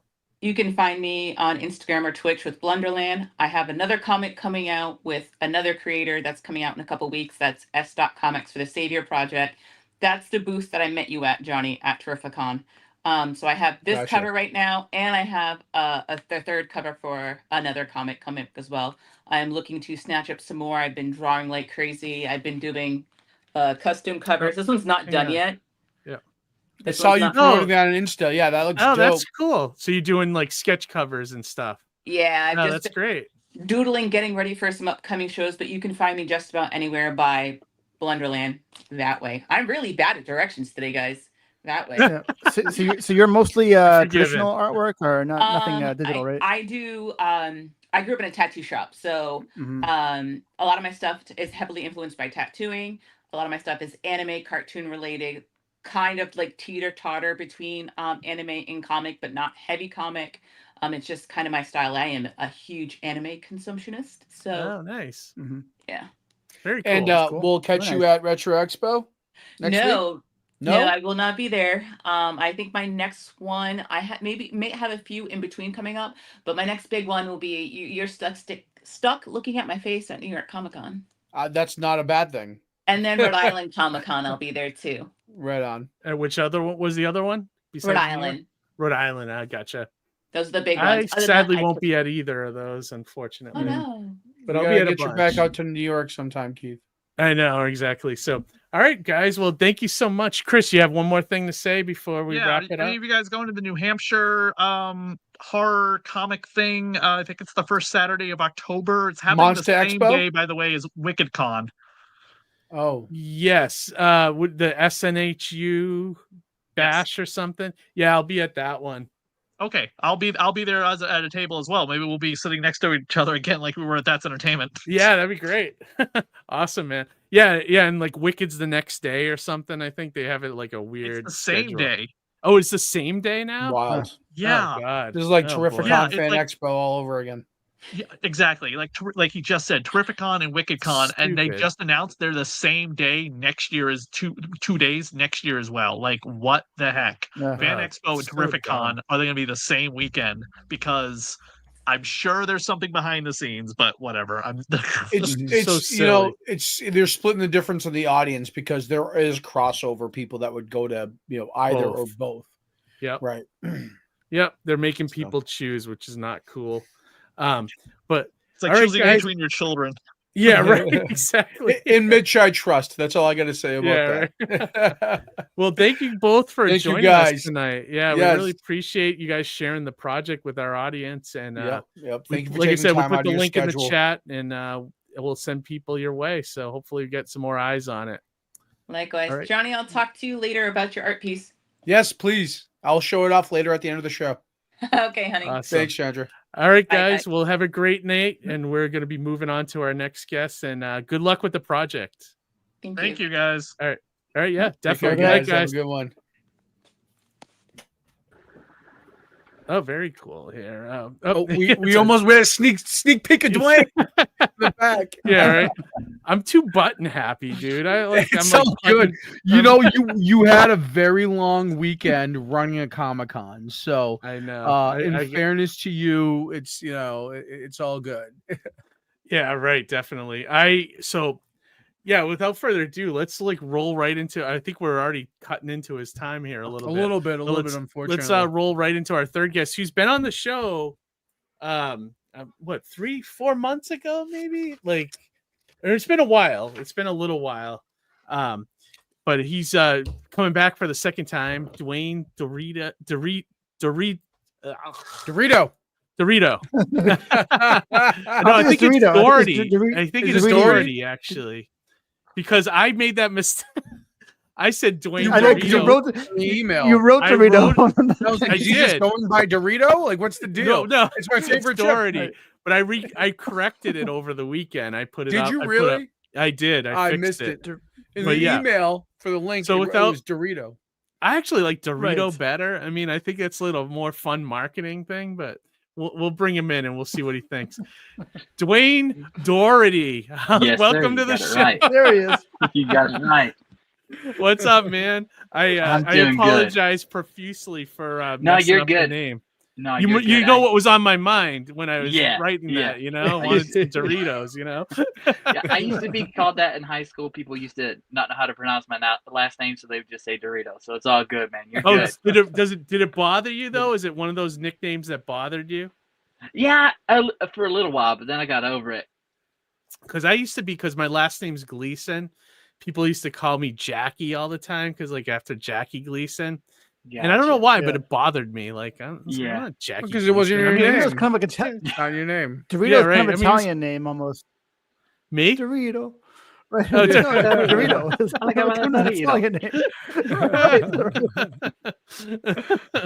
That's awesome. Yeah, thanks, guys, for again having me on here. I appreciate seeing you guys again. Thank you for giving me this little window. I just moved too, so I was trying to get a couple interviews. Yeah. Oh, no kidding. Yeah, it took me 2 days to move. Oh man. Oh, there was the first night I moved. Oh man, it took almost the whole day, almost 24 hours. I was cramping. Oh my god, because it's only me. It's me, my wife, and my son. So I was carrying everything. I was doing everything. So man, my body finally gave out on the first day, and then I finished unloading. Was this recently or? Day. Yeah, like literally less than a week ago. Yep. Oh man, have you recovered? Yeah, I'm good now. I'm good. Oh, right on, good. Yeah. I'm a little dopey from the convention stuff. I hope I'm not getting sick though. That's the other thing. Like I'm like, it's been like a haze the last 2 days, but yeah, it's all about recovery and bouncing back. Always. You know what I mean? Always. So Dewayne, so what else is going on? I saw you got the new campaign, and how did you have time to do that between all this moving and like? Like I said when I was on here last time, I always try to make sure I get everything done beforehand. So Liar's pretty much been done for a few years now. I finally got done with a few touches before I launched it. I actually added a few things because a couple of the backers came to me and said, hey, we want some of your original artwork as a reward and as an add-on. So I added that. I added some more stuff. So I've been listening to people who's been backing my book. And I've been adding some new stuff. I just did a new artwork that John Coates inked. He's one of my friends from Enemy Entertainment. And I put it up there for, a $600 goal. So if people want to, if it gets to that goal in 3 weeks, people can get a free poster of that too. So I'm always cranking out something when I have the time. I love it, man. That's some great. Yeah, you always say, but actually, even Dewayne did a little Surrounded by Death piece for me. I put it in the private chat if you want to pull it up. Yeah, I still love that. So awesome. I think I'm going to turn it into a sticker, and I think I'm going to use it for the next campaign. That's awesome. You want to cool. I'll throw it up. Use it however you want. I made it for you. Dude, give me the time to be here. I appreciate it, man. This thing's cool as fuck. Look at this. Wow, look at that. It's pretty awesome. How dope is that? Yeah, I still love that. That's one of my favorite black and whites I've done. And you know what the thing I love the most, Dewayne, is it's explicitly your art style. You look at it and I know it's you, and that's special. I love that, dude. Yeah, it's got like for doing this. Got like a rockabilly kind of look to it. I know. I love it. Right. Yeah, I love it. Yeah, because I love doing inks since I had Procreate. I love doing inks now. Like I just got to work on my color work a little more, but I'm getting there. It's like the cover of a Cramps album. You remember the Cramps? Yeah. Feels Doesn't it like look that. like that? Like something like that. Like it's pretty cool. I actually like the logo too, without the blood spatter behind it too. I like that. I took the original logo and I just tried to make it like the blood just coming off. Like the black ink of the blood just coming down and kind of giving it like a little background, like it's coming out of the ground. Since it's a hand, I wanted it to kind of showcase it's coming out of the ground. And I like that it looks like a tree. Yeah, and I also like sticker too. And that's the other thing. It would make a great sticker. So I think that's going to be where it's going to end up. Yeah, I love doing zombie stuff. Like I'm also a part of Phantasmagoria. We're going to do a second one, so I'm going to be in that as well. Another anthology. So yeah, I've had some cool things going on, and there's another anthology that I'm trying to get out to people that I'm a part of too, with David Montoya of Dark Myth Comics. So I've been doing some cool stuff behind the scenes. Which it's funny too, because the last time you were on, you had a kid's book. Yeah, and right. this is like the 180. Yeah, 180. I told you it would be. I told you it would be. Yeah, and the cool thing is, with that book coming out in January, I'm gonna have my second kids book in January. I've been buying little alien toys to go with my Kevin and Bob find their ducks. So I'm gonna make sure people get little toy aliens when they back the book when I get that done. So yeah. Oh, nice. Yeah, I'm already planning ahead. Yeah. Nice. That's gonna be fun. Yeah. I like the little tchotchkes you add to the campaign. That's pretty fun. Yeah, I'm trying. I'm trying to do the best. Try to get it out there. Like I said, this is my third time doing Liar. I just wanted to put all my eggs into this, just put everything I got into it, all my blood, sweat, and tears, and add more stuff if I need to with the next 3 weeks. So I've decided to put something else up that I have in my pocket. I'm going to put it up there. Right on. I love that. Yeah. Now, for the audience, if you can give them kind of like the elevator pitch on Liar, what it's about, just kind of give them a little overview of the story. Liar is my version of Wake Comics. He's my big demon in my universe. He's literally the guy who tells hell he's going to do his thing. So Liar, he's been around in Crescent Blue Conquer Darkness, my first campaign I ever launched. So I wanted to bring Liar back again so people can see the background of him and how he does things, how Liar is a part of the world that I have. And there's going to be some awesome new characters that people get to see in the book. So I'm pretty proud of that it's 50 pages. Oh, man. The first 14, I was like, when I put it together, I was like, I can do more. I think I got more to the story because I was going to do a 24-page. But then I decided I'm going to do 50, because I wanted to just expand on this character as much as possible, show as much blood and gore and psychological stuff as I could in the book. Yeah. You'll also get to see part of my home in the book. You get to see my father. I actually drew my father in the book. So, yeah, you'll get to see some cool characters and some new ones that are going to be in the future of Wake Comics. So I'm pretty proud. This is my fourth campaign, and so far it's about to be funded. Only $88 to go. It's going to get fully funded in the next 3 weeks, hopefully. So I mean, I'm just proud. I'm proud that Liar's finally getting the love that he deserves because I've been just working hard on him. So yeah, Liar, he's just my demon that just is out for blood. He doesn't care who you are. When you call on him, he's going to do his job. He's going to come and clean house, and if you're in his way, he's going to make sure you get out of his way. So he kind of looks like Venom, mixed with crossed with like the Mask or something. What my two inspirations, honestly, were Victor Zsasz and Venom. Those two characters were when I was creating Liar. Yeah. And that's why I was going to say there's a little bit of Evil Ernie in there too. From the old Chaos I have a homage cover, Victor Zsasz cover. So I did Liar, drawing his name into his skin instead of using a knife like Victor Zsasz does. So.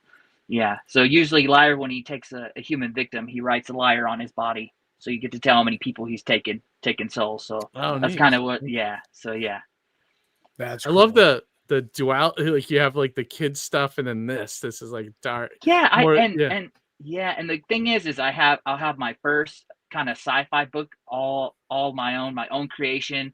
My Red Cloud Force. All I have to do is just lay a couple layers of colors on there and put lettering, and it's done. So I'll have 2 books ready for next year, and then I'm going to work on my one-shot called Glow Stick, and I plan to put that on Fund My Comic. I want to see how that goes on over there because it's just a one-shot. I don't plan to do any features with that book, but like Liar and everything, I plan to do sequels. I already have covers for Blood Sable 2 and Crescent Blue. I'm going to say it here, Crescent Blue Broken Glass. So I already have the logo and stuff for that cover as well. So that's going to be a cool sequel for that. So this Liar campaign, is that in issue 1 or is it a one shot? This is issue 1. I plan to have because what I've already written out, we're gonna have my own version of Dracula in my world. He's called Draculus, and then I have a Frankenstein X. So we get to see Liarverse, all the monsters that I put in his little universe called the Liarverse. So you get to see him verse a bunch of cool, the Bubblegum Butcher. You'll get to see the Rat. You'll get to see him fight the Gardener, which is pretty cool. And a bunch of other characters that I have that I put together, and I can't wait to show that because I have a lot of cool little horror villains I want to show off into my world too. I want to give them some light too. Is Liar like an anti-hero? Does he go over after bad guys or anybody? He's a pure evil character. Oh Jesus! I'm not making no semi anything. He's a demon and he's evil and he's gonna stay that way. Oh, okay. Right on. We all know. So you're just explicitly shining the spotlight on the villain.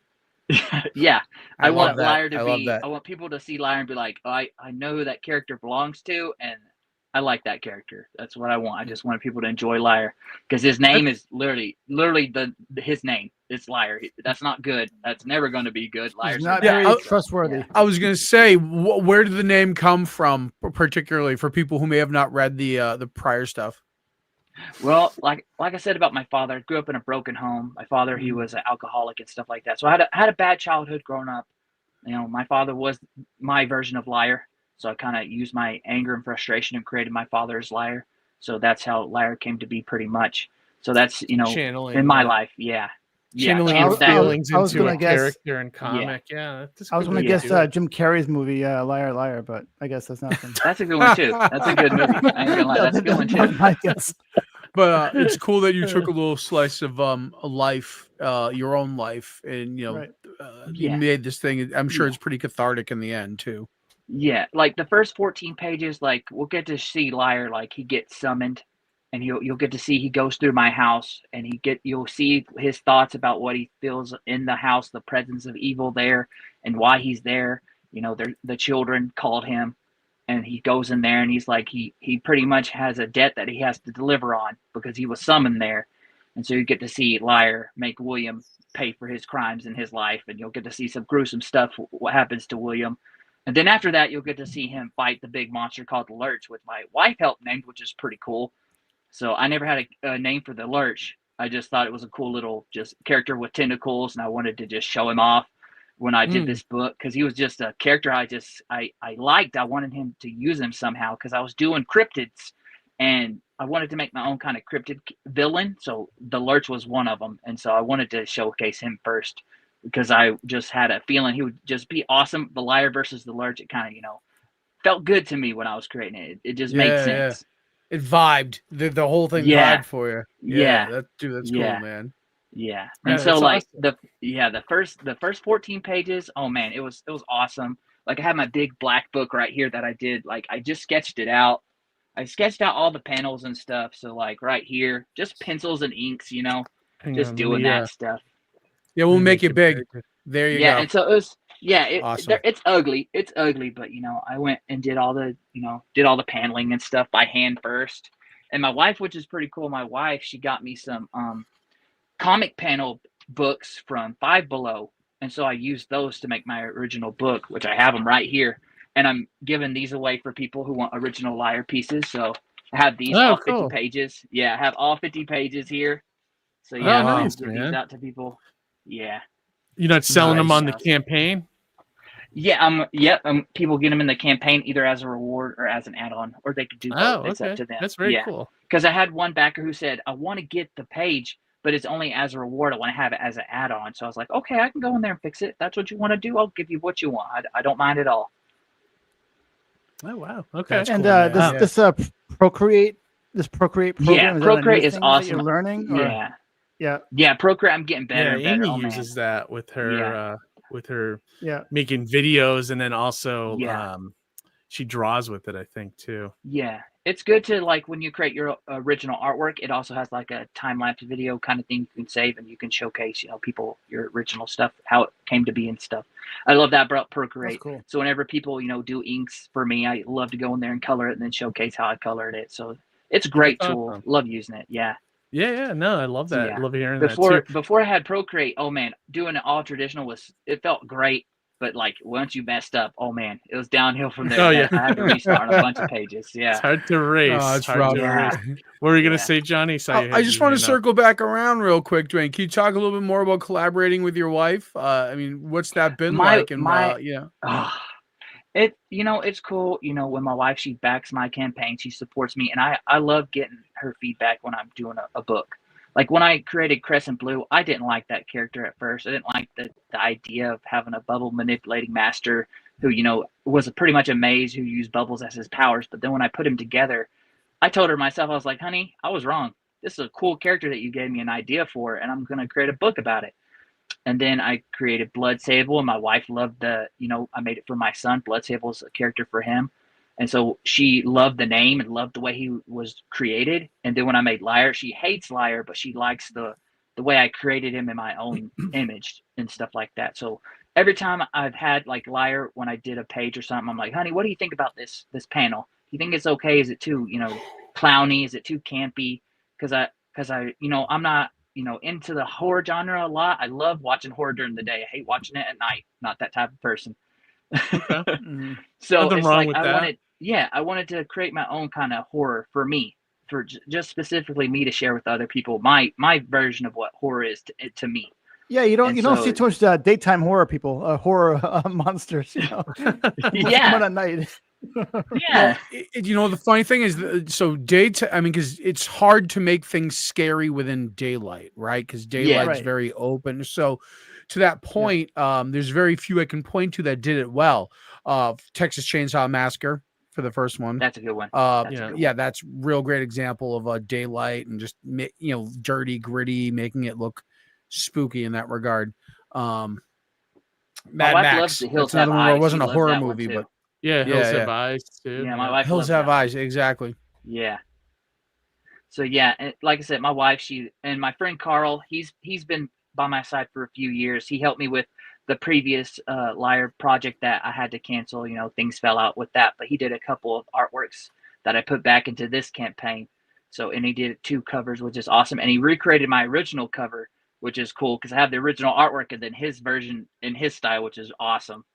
So yeah, and it's just like before I had Procreate, this was all traditional, and when I got Procreate, I just colored over all the inks that I had, and I just had fun with it. And I just wanted it to be an affordable campaign. I didn't want to go all crazy because I know people are, it's towards the end of the month, people are paying bills and taking care of family. So I just wanted it to be affordable for people who wanted to get it.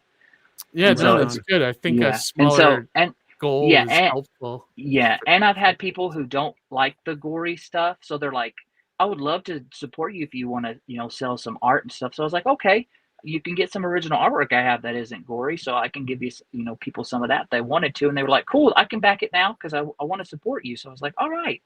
So it's been cool. Nice. I always try to update whenever I post something or change something. I want people to understand, like, I want y'all to back my campaign, and there's a lot of awesome stuff that's in here. And Mixem's awesome. I love using Mixem because their prices are pretty affordable. Pretty easy for me to do. I've worked with them for years now. So they're a great company. I've talked to the owner of Mixem. She's awesome, and she helps me, and she fixes my art whenever I need help and stuff like that. So she's been awesome. Cool. Yeah. So That's wonderful. It's pretty cool that, So I got a print link for Mixem. So if people when Liar funds, I'm going to plan to put it on my Mixem so people can get the copy if they missed out on the campaign. So I've been working on that. I'm going to go to my second con in Tulsa, Oklahoma, here in a couple month or two, around October. I'm pretty sure, if I remember correctly. Are you setting up, or are you just going?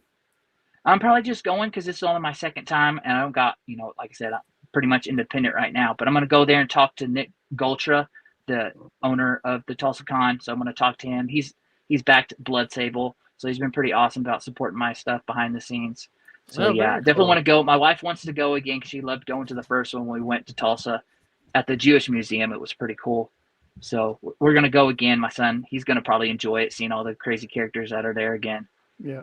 So it's going to be pretty much a family affair. I'm going to probably hand out, I have cards this time, so I'll probably hand out cards to people who want to, if they want to check out my stuff and things like that. So I'm going to be talking to a lot of people and just enjoying the time. Is that a blue trident thing, like a new logo for you, or you This logo, my friend Carl made like 4 different Liar logos for me, and that one was the first one, and I loved it. Thing. Okay, now I know. And then these are the logos. I've had those logos for a while now. Yeah, I've had those logos for years now. Does that mean something? That the 3 trident thing, or is that? Yeah, it sure does. It's Wake Comics, so it's pretty much me, my wife, and my son. So that's cool. 3 points. Yeah. Nice. Oh, okay. I like that. Yeah. And it's just wake up and thrive. That's all I try to do. That's pretty much my motto. Just wake up and thrive and just do better the next day and the next day and the next day. Just try to accomplish something each and every day. That's what I try to do. Yeah. That's why I'm always, when I do interviews, I'm like, I'm already ready to do this project because I'm always, always thinking about something next. And I've already had a couple of kids' books already written. My son already loves his Kevin and Bob, and I want to get him a hardcover for when I launch it in January, so I can show people that he enjoys the book. So it's just great that Liar's almost funded, which is pretty cool. Look at that, got one back already. So now there you go. Got one more. So look at that. Yeah. Thanks, Mr. Shushy. Yeah. Thank you. So I truly appreciate as it. Keith says, we don't move the needle much, but we do it just a little bit. Exactly. And that's what I've been thankful for, that it's been moving a little bit at a time. I've had a couple of days where I've been just like wondering if people are going to come by, and then I'll have a big backer come by, or I'll have a little one. I'm proud of that. I'm proud that, some of my books are resonating with people a little bit at a time, and that's okay. I'm okay with starting off small. I have no problem with that. I would rather have a little group of people that enjoy my stuff and come back time and time again than have a large group of people and then I never get that fan base back again. So I'll take friends, family, anybody who wants to support Liar. I appreciate it with all my heart. Yeah, that's great, Dwayne.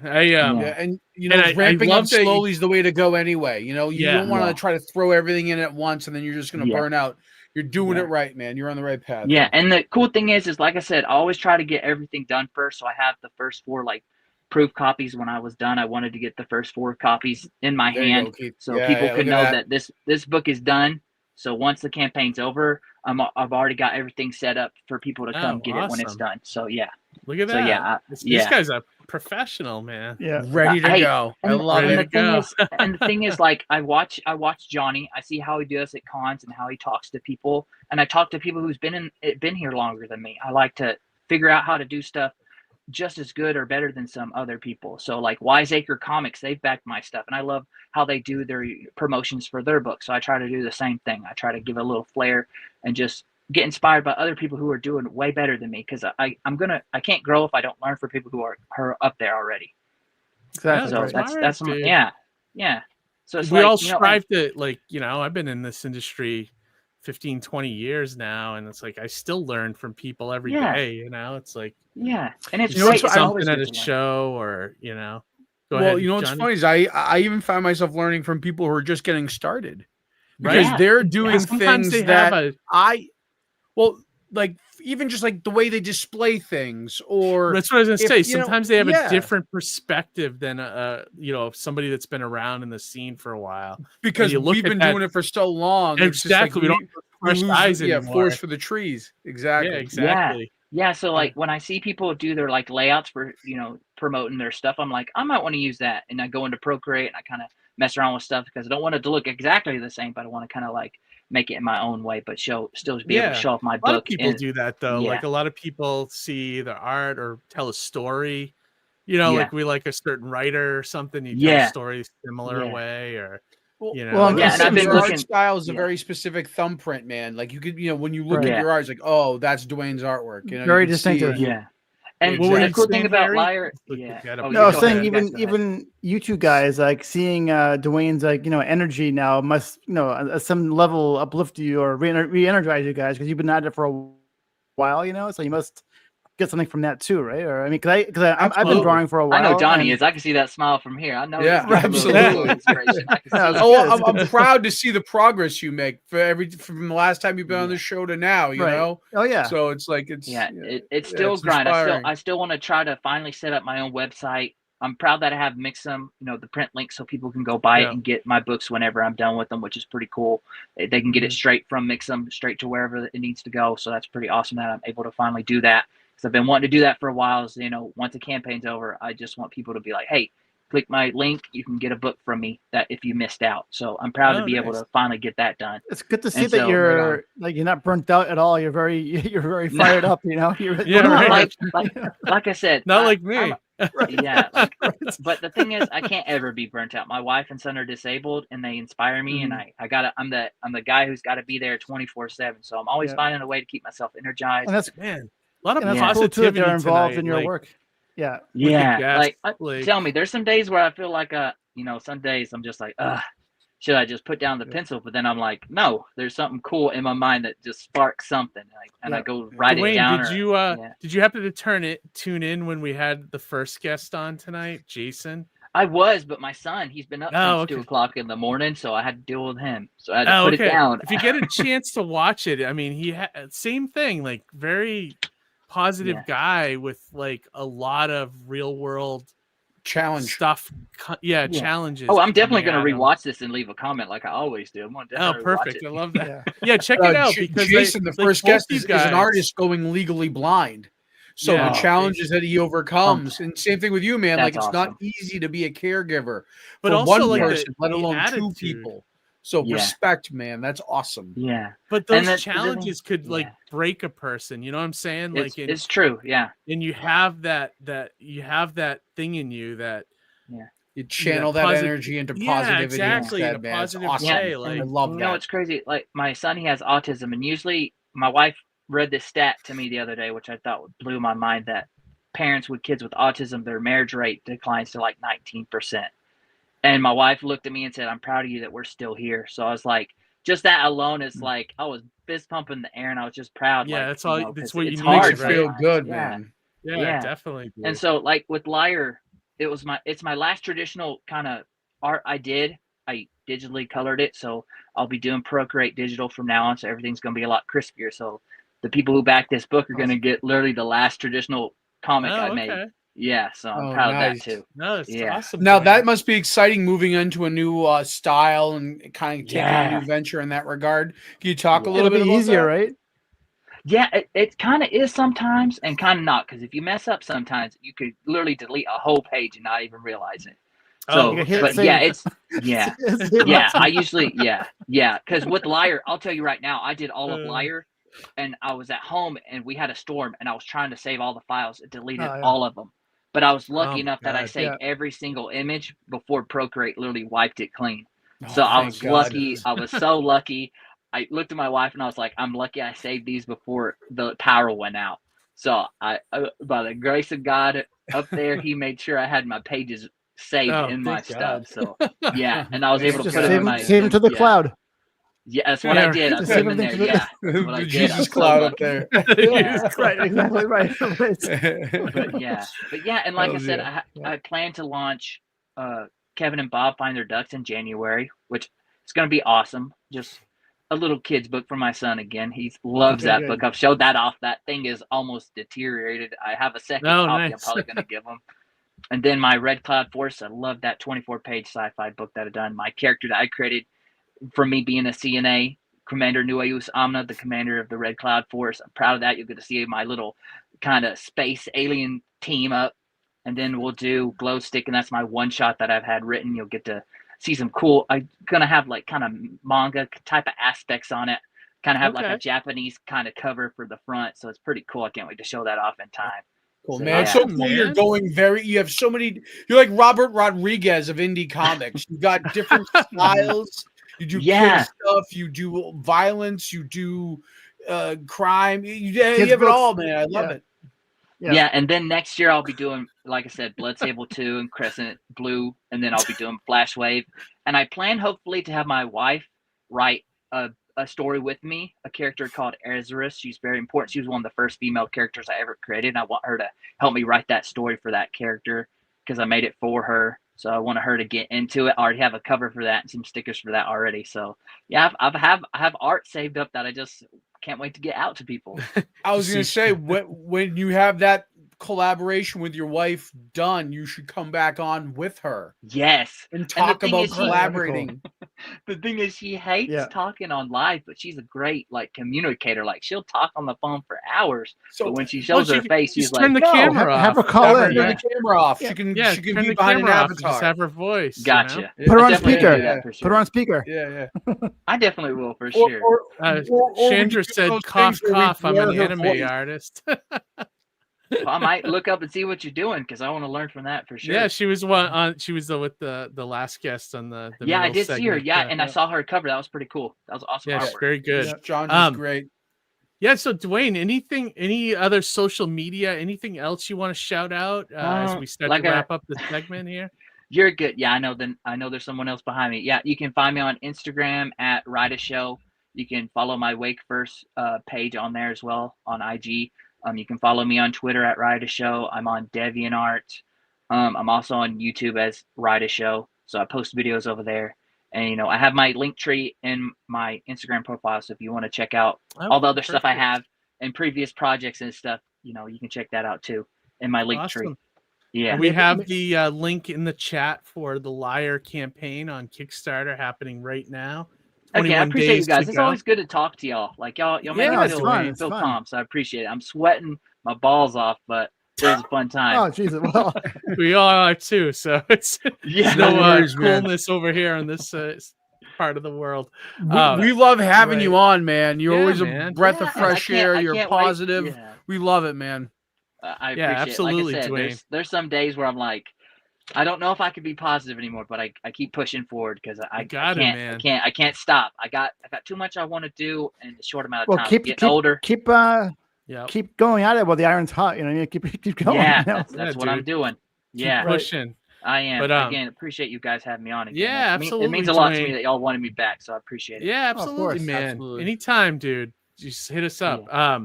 But yeah, have a great night. And we wish you the best of luck with this project. And what I was going to say earlier, for everybody watching tomorrow, check the description of the video. The link for Liar will also be there as well. So check that out. All right, Dwayne. And thank everybody for watching. Much. Appreciate it. Yeah, absolutely, man. Have a great night. Time out of your night, keep on man. punching. I appreciate it. You guys all right, man. Too. Thanks. All right, have a good one. All right, have a good night. Awesome. Dwayne's the man. Yes. He's so nice. Dude. What a good guy. Positivity's the way, dude. I mean, like I learned that years ago going to conventions, like just not to be that person behind the table, like on your phone and looking miserable. You know? Yeah, even if it's the worst show ever, like you just be it's so hard to be positive, like some people just can't do it. It's just, Well, the thing is they let the worst situations get the best of them. Yeah, absolutely. And then in turn, it doesn't help anything. It overwhelms them. And yeah. Exactly. If we could have more Dwaynes out there, the world would be a better place. Exactly. Yeah, I agree. Exactly. So I wanted to show off real quick before we go further. What do you got? This is some of the art that Chandra did for me. Oh yeah, let me see. So this is basically going to be, how so when I go to Terrificon, I always have the vanilla blend for the coffee booth because it's from the book. The vanilla is from the book. Well, I also have an alternative for crybabies who don't like fucking drinking vanilla. And so Chandra saw me explaining that, but I didn't really have like a name for the vanilla. I just said, a name for the other blend. So she goes, you should make this the label, the alternative label. So okay, hang on. Let me go big here. All right, what is that? So I have the worst size. What does that say? It says anti-kill people serum. Oh, actually, I like that, dude. That's great. It's the label for the coffee. So she mocked up the coffee bag, and then she also did this one here. I hope you're gonna use that. That's fantastic. Oh, absolutely will. Yeah, I'm absolutely gonna use this for when you run out of brains. I can read that one. Oh, yeah, I love that. And it's got the little the brain topper floater on top of the coffee. Yeah, I love that too. Yeah, so she did such a great job, and she came up with this while just at the booth. Oh, really? Watching me do my thing at the show. She was like, "Oh, you should do this." Oh, nice. Amy's asking if it's a walnut coffee. It's not actually walnut coffee. She just said because the brains look like a walnut, so that's kind of where that idea came from. But I should look at finding walnut coffee as a blend. Yeah, right. Yeah, for why that. Not? I like that. Yeah, I just want to give Chandra a big shout out for that work. She's what was awesome. it? Anti-kill juice? What was it? Anti-kill serum. I think anti-kill people serum. I think walnuts make your brain. That's so perfect. It's good for your brain. I think walnuts. I think, actually, so somehow it can relate. Yeah, I think it relates actually. Yeah, there you go. Nice. So I figure we'll probably wrap up very soon, but we probably should at least talk a little bit about this past weekend. I'd love to hear both of your experiences because what are your ailments? Me? what are you guys suffering from today? I normally, so it's kind of interesting. One thing I notice running a show, I am more exhausted and destroyed after a 1-day show running it than I am after doing 3 days at Terrificon. And I think it's because, you don't stop. I don't stop anyways. I don't get the chance to sit down behind the table. You know what I mean? It's like, it's a constant.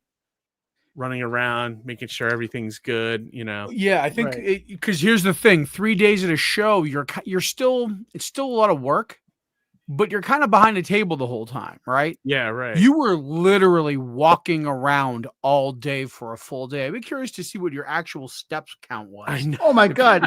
Like at the last I wish I had that. At Fan Expo, I walked 15 miles. Yeah, man. Like, in that small area, 15 miles in like 3 days. For the coat guy. Oh my God. The coat guy. Never again. But anyway. Well, that's the thing too, because you're walking all around the convention center. The convention center is big. I mean, I'll do 15 miles on a day at New York Comic Con, but that's New York. That's a big show. That's the biggest show on the East Coast. Yeah, so this it's is true too. Like if you're wearing like a costume or something. Oh yeah. Imagine just like, oh my God. Yeah. That would be brutal. But I like I said, or I think I might have told you guys off the air that like I haven't even done the numbers yet. Like yesterday I woke up, it was 9 o'clock, but then me and Amy, we had to go like take a trip and get all the signs that we put out. Like, cause when I promote, I do like, we have yard signs as far as like from Leominster to like Gardner. Oh, okay. And then we have like 3 sandwich board signs that we got to go pick up in key spots in Leominster. So we spent like 3 hours just doing that. And then when I got home, I don't know, I just didn't feel like doing anything. So I did my part though. I think I picked up that sign like 2-3 times, driving by it, but the one by Walmart. Yeah, thank you. I appreciate that. There was water the second time, I think, in it when I went. Yeah, sure. I went and bought a gallon of water the next day. All right. But we checked the other signs; they stayed up, and then we had one near Asian Imperial that flipped, but it was like flipped maybe a couple days before the show, so it was up almost the entire time, which is good. Yeah, that's good. Amy said those make a difference. 9,000 steps just in admissions, which is kind of cool. They all add up. Yeah, they do. But what were we gonna say, Johnny? Like, the road signs make a difference. Yeah, absolutely. That's that's key, because it's funny too. The thing I noticed about Plastic City, it's like the walk up is the big thing. You guys don't do a huge pre-sale. No, but I can tell you a lot of numbers a little. Yeah. Yeah. We don't do a lot of pre-sales. Like I think our Eventbrite might have been like 80 tickets. Like, yeah. I always say like why I don't know why people would use it, because like we set it up so that whoever buys it has to pay the fee. Right. So it's like, because I'm like, why should I pay the fee? It's $10, right. Like, And it's just $10 to the door. Like, come in with cash. I guess like Amy runs admissions like beautifully, like perfect customer service. The whole team does. Yeah, everybody did all the great job this weekend. Unbelievable. Like they're so good. And I feel bad too, like that I can't pay them much, or what I mean. I like, at least I can take them out to dinner and stuff for the day, and that but most volunteers don't get paid at Comic Cons. You get no, it's true. It's like one of the things. Yeah, but like Amy, like she's told me in the missions they do like 1 row for cash, 1 row for credit, 1 row for Eventbrite. So and then they people were just coming in, and once about 2 hours goes by, the show gets very manageable. People still coming in, but there's not a line and there's no bottlenecking, which is nice. Yeah. There was 2 very distinct waves throughout the day, I noticed. Yep. One in the morning and one in the afternoon, and it was just like nonstop. And that was the other thing too, is that I noticed I had very little downtime. Yeah, right. You know what I mean? So there's very few times where I was like, oh, I'm going to walk around. Like, I think maybe I walked around once or twice at the show. That's good to hear. Yeah, because and that was the same thing with Terrificon. Like, I only walked around a few times only because it was so busy. Yeah. You know what I mean? Like, and if it wasn't just like a sale, it was a really good conversation I was having at the table, or catching up with somebody or something like that. The only thing I regret is that I didn't, and this is where like for the future, I'm just kind of like thinking here, it would be cool to do what IC3 does and have like either a drink and draw after, or the night before, just because then that gives people the opportunity. Like, I wish I had more time with the Ogles. Yeah, that's the thing. Like, You know I said, I hugged George O'Connor when he came in the door. Yeah. And then I didn't even get to see him once at the show the rest of the time. I was lucky to be next to George. Yeah, I kind of figured you guys would click. Yeah, and I don't get to talk to, like, I get to see George. I talk to him every so often, like, but it was nice to be next to him and just talk all day and hang out all day. You know what I mean? Yeah. Well, and I guess that's another bonus thing about me also being an art, creator in the community, as I know who goes well with each other. Like, you know what I mean? Like, you putting together a Comic-Cons, like organizing a wedding, like, placement. Yeah, it's like wedding dinner tables. table placement. Exactly. It's like, oh, we can't put them together. They're gonna fight. You know, you don't want to put the Lego guy next to that artist because you know what happened last time. Well, thank God he's never probably going to be ever at the show ever again. You know. Yeah. Be careful, because I heard that he switches names around. I'm on the lookout for that. Hopefully, Right, hopefully good. I know. Well, I had a talk with him probably a few months after the last convention. Yeah. And I think the way he left it was like, I'm probably not gonna ever apply for your show, and if you ever forgive me, you can just let me know, or something like that, he said to me. But okay. I mean, yeah, I've tried. There's no room for drama at Comic-Con. Exactly. It's been so much better not having to worry about him being at the show. I've tried 3 years. I gave that guy 3 chances. Yeah. And every year there was something with him. And the past year was the worst of the 3. So I'm just done. Like, I just not, Yeah. You talk to anybody in the scene, if you mention the Lego guy, they'll that's the thing, is that I've heard, like, things from, like, people who I don't see in the New England area. Yeah. So it's like that's how far the reach is. You know what I mean? Yeah, exactly. And I don't want to bag on the guy. No, we're not bagging on him. I just don't want him at my show, and I don't want drama. As you can see, there was not a lot of problems this weekend, which it was great. Really, I think I was the biggest problem this weekend. Why would you say that? Oh, I'm fucking loud as shit. Like I don't know. I was boisterous. I could have been intoxicated. I like when you're boisterous, though, Johnny. Not everybody does. Not everybody does. As a matter of fact, Rachel at dinner, she was like, "Yeah, I don't think you realized it, but the guy who's sitting next to you is shooting daggers at you because you're so loud." I felt bad. I didn't realize it because I was whatever. Who cares? Yeah, we were just having a good time. Good after dinner, Yeah. So I don't know. Overall, I really. She goes, now I need to know what he did. Well, it's gonna be a mystery. Crazy. It's a mystery. Should I make it? I mean, it was not. No. Mystery. Keep the kayfabe. Keep the kayfabe. All right, I'll tell him next time I see him. Yeah. Mr. Shushi actually is an old comedy buddy, like from when I was back in doing the stand-up days. Oh, awesome. I did stand-up for like 3 years back in, like, I don't know, it must have been like 2012 to 2014 or something like that. This was actually in between when I was doing the Hero Envy graphic novel and like my Swamp Tales stuff. Like, there was lots of periods where I wasn't making comics full time, but I wanted to do stuff with my writing and perform and stuff. And that's when I decided to try comedy and did that for a while. It was neat. And he's actually starting to write a book and do comics and stuff. So he's been kind of leaning on me for like advice and things like that. Nice. And, well, we can't wait to have you on the show, Mr. Shushi. Yeah, definitely. When you're great guest. And he gave me his book. This book's called Fun with Microplastics. It's like a like one of those kids books, like Go to F to Sleep or something like that, and I haven't had a chance to read it, but just the title alone is great. So he said Keith is my Yoda. That's awesome, man. That's funny because Keith's my Grogu. I love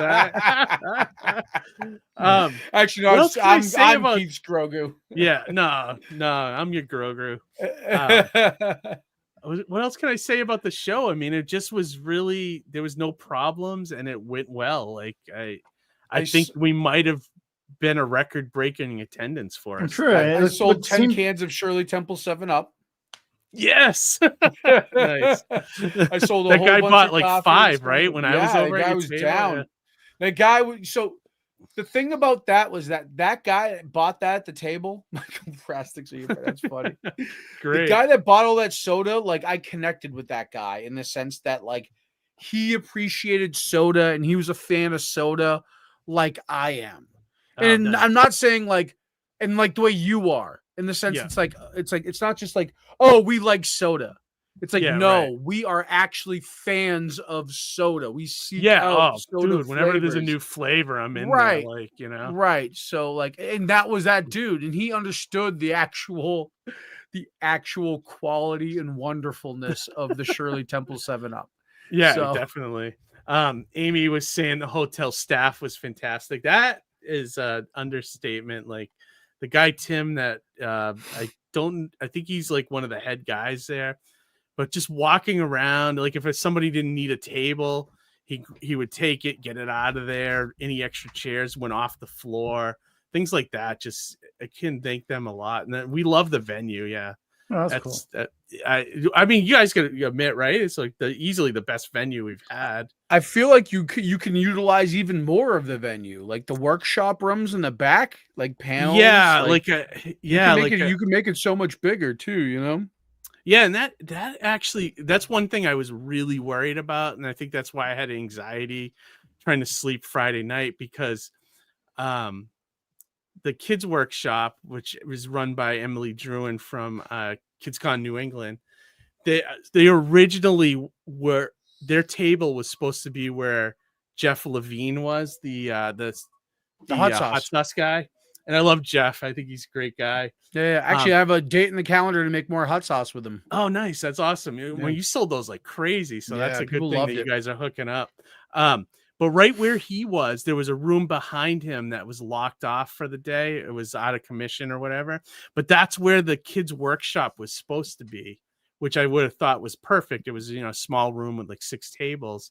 But the hotel had to move us to the room that was behind the junior ballroom, which would be death if you're a vendor. Like you know how those rooms that are like the back catacomb. Rooms.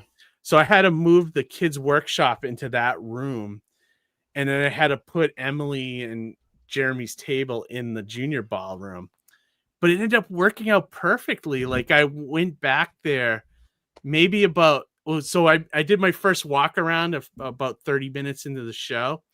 So I was walking around taking notes on who didn't show up, and they're out of here. Who to put on the list? Yeah, who to put on the list? Honestly, there was only one table that was empty. Thank God, And what was I gonna say? So I went back there and I was like, let me go make sure everything's running okay. I went back there. There was tons of kids in there. That's cool. Like they're all drawing and just relaxing. And I heard somebody on Facebook was saying like, oh, thank God there was a place where we could take a minute with the kids and like get decompress. And I was like, oh wow, okay, smart. That room did work out good, like better than I thought it would. Because to me, I look at this stuff from our side of the table, Johnny, because I as a vendor, if I was put in that room, I'd be super pissed, So I'm looking at it, put me in the corner. Like, yeah, exactly. It's like putting a big cage in front of you or something, Well, I did that. I put a big cage in front of me and actually worked out to my advantage. That's right. Yeah. Talk about that a little bit. That was kind of cool. Like I like your new setup actually.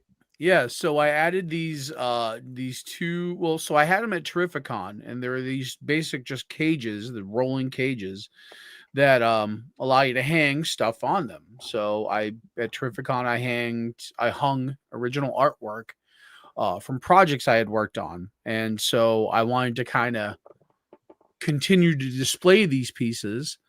And I was like, oh, maybe I can fit one on the table. And so that's why I came to set up on Friday night, because you offer that option too. So I put one up and I go, well, wait a minute. I could put 2 on the table and have a nice window in the middle still to, transact with people.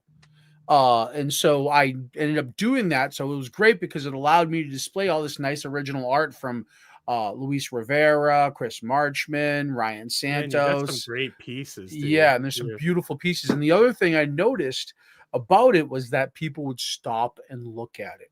And then that gave me the opportunity to have a conversation and to talk to them. Oh, nice. And he offers to buy it? Yes. And I said, no, none of it's for sale. Okay. None of it's for sale. Wow. Okay. Were they mad that that you weren't selling it, or? No, I mean maybe a disappointed look, but not really like mad or anything. But it's none of it's for sale. Those are nice pieces, though, especially those Land of the Dead ones that you have. Yeah. So that's the thing about the it was called Race of the Dead. Race of the Dead. That's and it what takes place in the Land of the Dead universe movie because it was meant for the Of the Dead George Romero comic anthology that never happened. So it was, it was put together. We had the artwork done. A lot of people had their artwork pieces done, and then the project fell apart. So now I have these really beautiful art pieces, these pages by Luis Rivera, who he worked on a bunch of things, and not including the Ultimate Warrior comic book. Oh wow! Okay, yeah. So that's cool. I'm you could tell that was a professional level guy. Like Luis is amazing. He's amazing. Yeah. He does amazing. I want to work with him again. So I actually did a one pager with him as well. Of my spy story that I submitted to that anthology that never got picked up.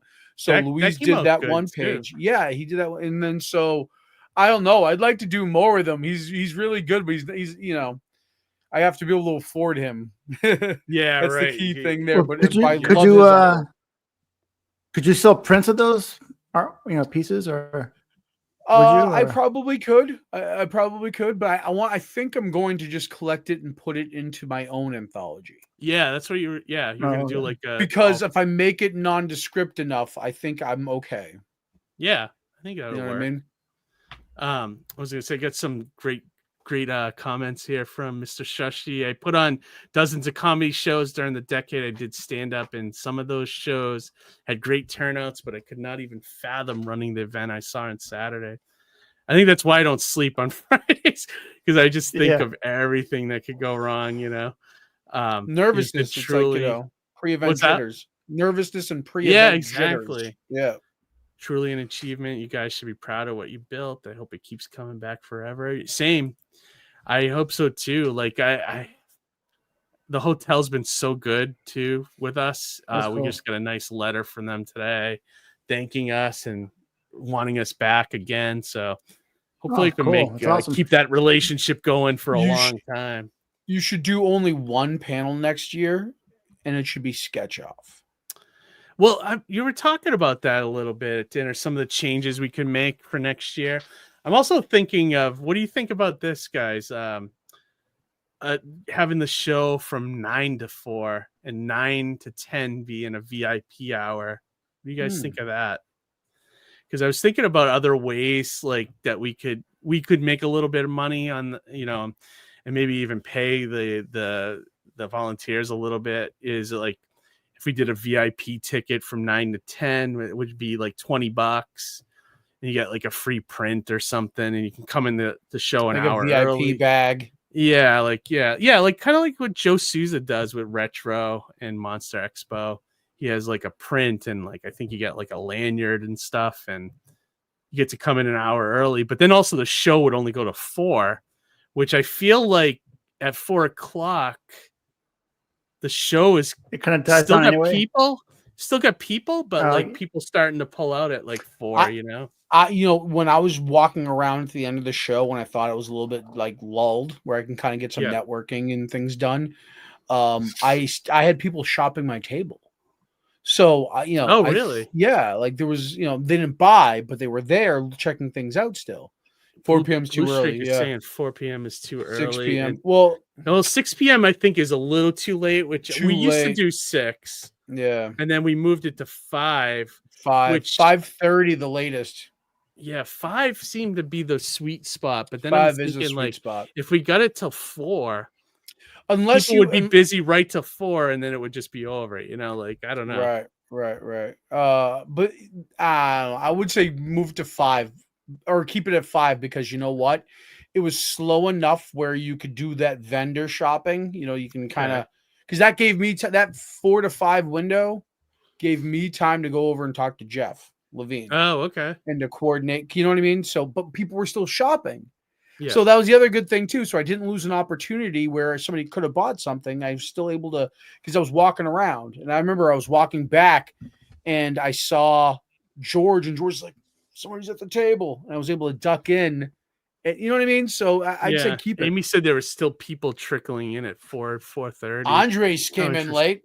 Yeah, it's true. Saw him like. You know what? Make 4 to 5 free. Advertise 4 to 5 is free. I don't know that. Do it. Do it.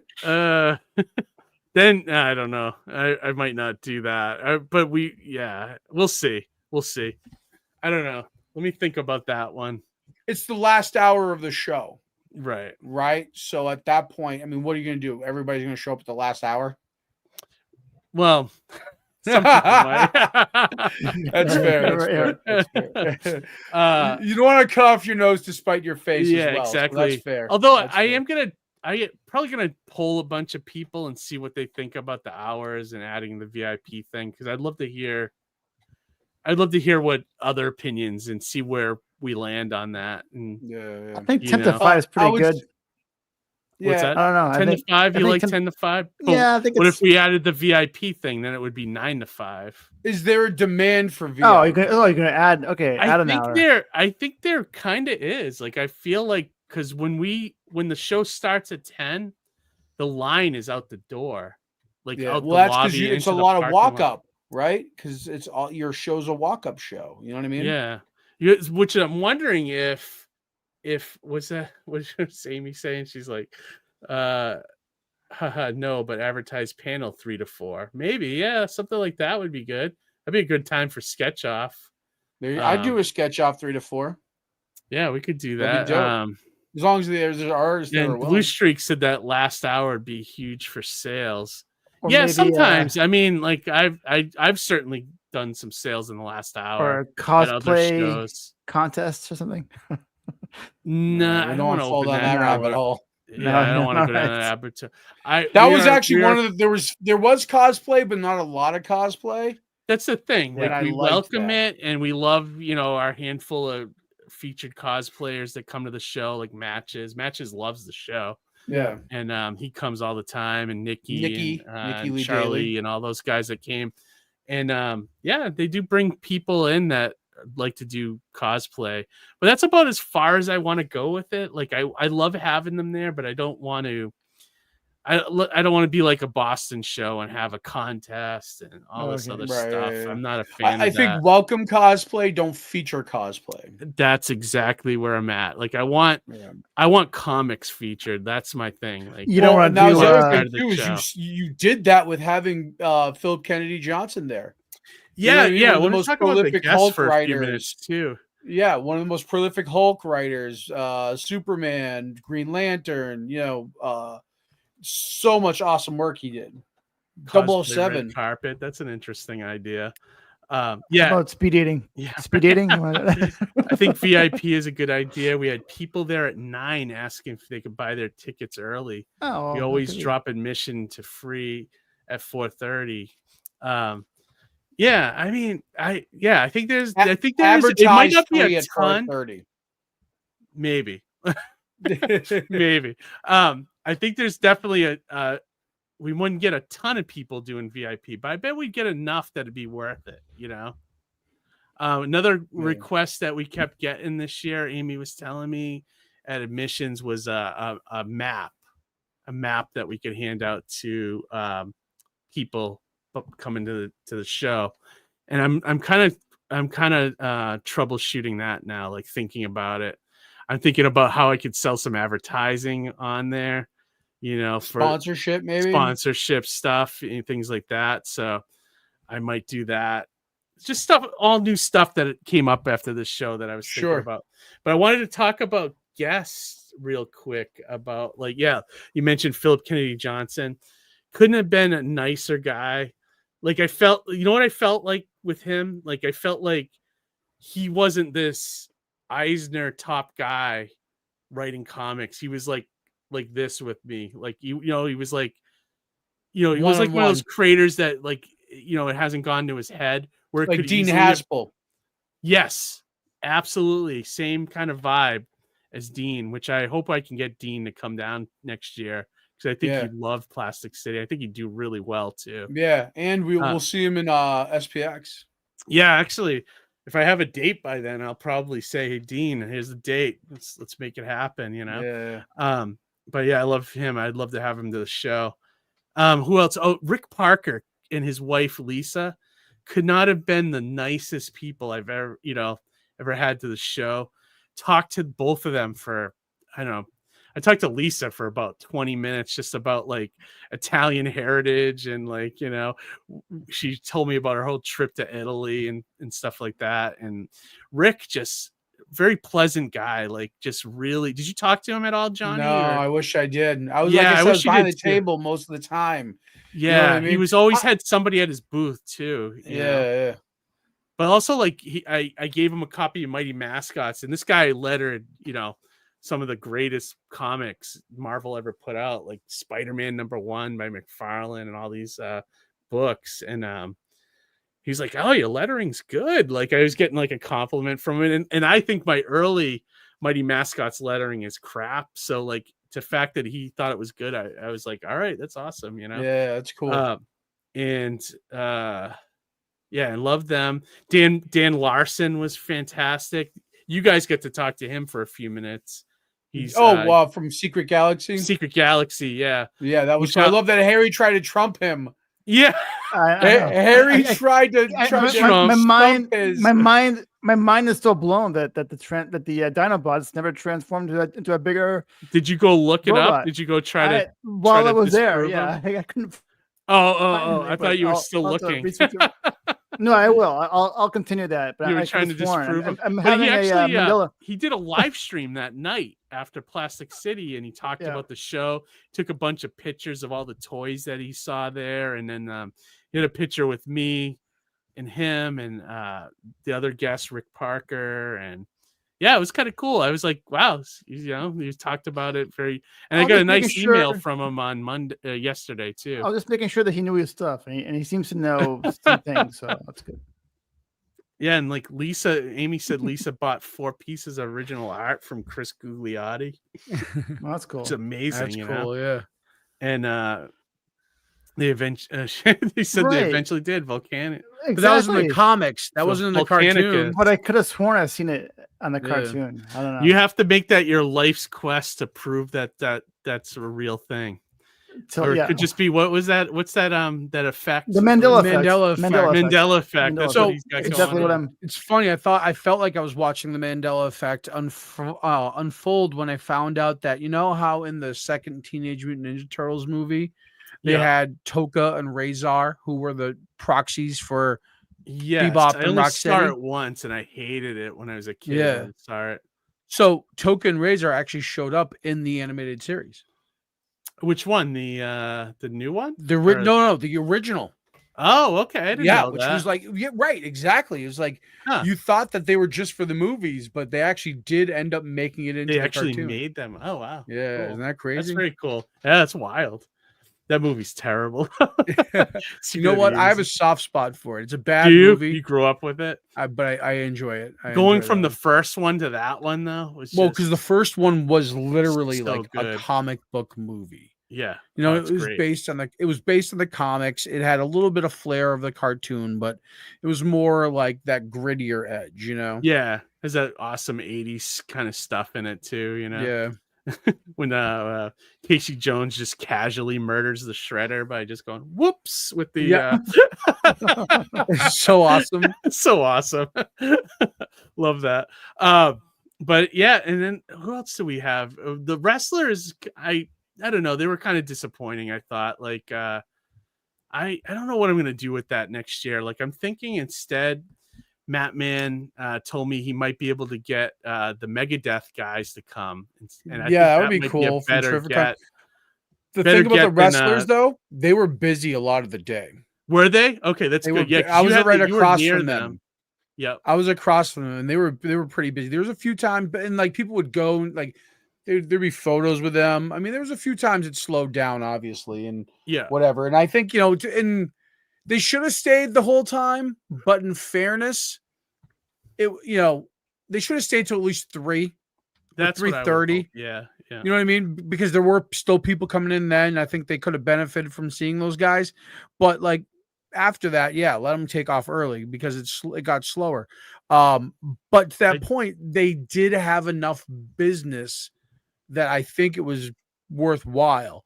That's good. I'd love to see if we can find out if we can get like a good lower level AEW person there. Yeah, that would be great. Awesome. Amy said like Layla Gray. Yeah, or AR Fox. Cool. Yeah, that would be cool. You know what I mean? Or my favorite, Platinum Max Caster. How awesome. Actually, we should rebrand it and go, can you survive 5 with the best tangent alive? I love it. It's almost Plastic City is almost in his name. Harry, Almost. This guy, I love this wrestler. He's no, I was saying that like Plastic City is almost in that guy's name. Almost like which is Plastic Max Caster. Yeah. Oh yeah, perfect. Amy said Mercedes Monet is from Boston. Could you imagine? Yeah, she'd be so I cannot expensive. even imagine how much that would cost to bring her here. But Friendly Neighborhood Comics actually had her for a signing. I once. do remember that. Like, but this is before I even knew who she was. That was when she was Sasha Banks. Yeah, and she was still very low tier. You know what I mean? This is before she blew up. I want Tito. Tito Santana. He's expensive now. Like, Lucky really? Pro was telling me he was really expensive now. He's gone up in price. Why? Why is it? Why do people want Tito all of a sudden? I had no idea. No idea. Interesting. But and I wanted to mention who else? My buddy Matt, who I think he did pretty well at the show, who has his first novel there, Feeders, that was put out by Simon and Schuster. What's that? Talk about that wrestler. Like, what about him? That guy that you mentioned. Oh yeah, let me go back to that 1 second. But like, I got there's a cool picture that Lucky Pro took that I stole off their Instagram of Eddie and Alicia in front of the Plastic City sign out near admissions. Oh, that's cool. Oh, that's cool. Yeah, so I snagged that one. Nice. And you know who made an awesome video? I shared it on Instagram on my stories. Was Ben Taz. Ben Taz. Special thanks to Ben Taz. Him and Mike from Lunch Money Comics came to the show. And Lunch Money Comics is another great YouTube channel that has like a lot of subscribers. It's basically Mike going around trying to get deals with like lunch money kind of money, you know? Yeah. It's a great show, and he's very supportive of indie creators. He shouted out me a bunch of times on the channel, and so I really appreciate that guy. So there'll probably be a Plastic City video coming up on Lunch Money, which I'll have to check out. Very cool. Yeah. So, and Ben made an awesome video. That video was great. You're in, Johnny. Like, I know. Yeah. Great part in it. And he got me in there at one point, and he's got a great song, and it's just all different vendors, and it shows how busy the show was. So it also shows to get that because I'm going to put it up on Wednesday on our channel here so people can see it. It also shows the type of show it is. Yeah, absolutely. It's a very comic centric show. You know what I mean? Yeah. And so I mean, not much else I can say about it that I can think of off the top of my head. I had a great time. Thanks again for having me. Yeah, dude. You got a permanent table there, man. I appreciate it. As long as Harry, it was good seeing you, Harry, even though we didn't chat all that much. Well, I live like 10 minutes away, so it's kind of hard to like not go. Comic-Con in your backyard. How can you go wrong? Great picture with the three of us and my mother too. Oh, so great. Yeah, right. Yeah. I love the photo with Mama Gleason. Yeah, that's great. Yeah. She asked me to send it to her, so she loves that photo too. So did Amy. Cool. Amy's like, I want that photo, so I thought that was a good one. But I guess on that, one more. Yeah, Amy said one more shout out for the red shirts. Yeah, red absolutely. Shirts, all the red shirts. I mean, all our volunteers, people love them, and they all did a great job. So, what else can I say? Right? Yeah. No, I mean, it was a great day, and I think it's a long way till next year's Plastic City Comic-Con. Exactly. But I'm already like, normally I'm like, the show's over and I'm like, I don't know if I could do this another year, but I'm actually excited for more years. And I think it's a lot to do with this venue, and just they make life for us easier there. I'm losing my voice too, but they do everything for us. They set everything up, and just you don't know how much that matters to me and Amy. It's like insane. Like just that go into the place and it's already set up, and then we just have to put our numbers on it. That's cool. The next morning, it was like nothing happened. Yeah, right. Did you go down there? We went down. Yeah, when we were checking out, we went down, and I just peeked in. I'm like, oh my god, it's like nothing happened. It's like, isn't that crazy? Yeah, and it was the sign down and everything. Everything. Oh, wow. It was. It's weird because the next day in San Diego, it's like the show never happened. Yeah, isn't that crazy? It was crazy for such a big show too. Yeah. Well, no, I can't say that because some of the building wraps are still coming down, but like everything, it just feels the vibe is dead. It's like it's fucking crazy how it's like December 26th. Yeah. right. Yeah.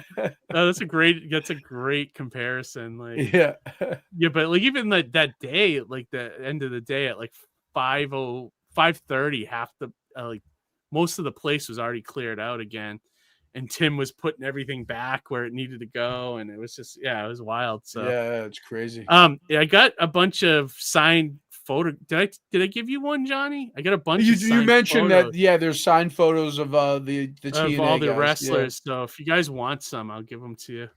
Got a ton of them. We're gonna get Platinum Max next year. Oh yeah, let me explain Platinum Max before we go off the air.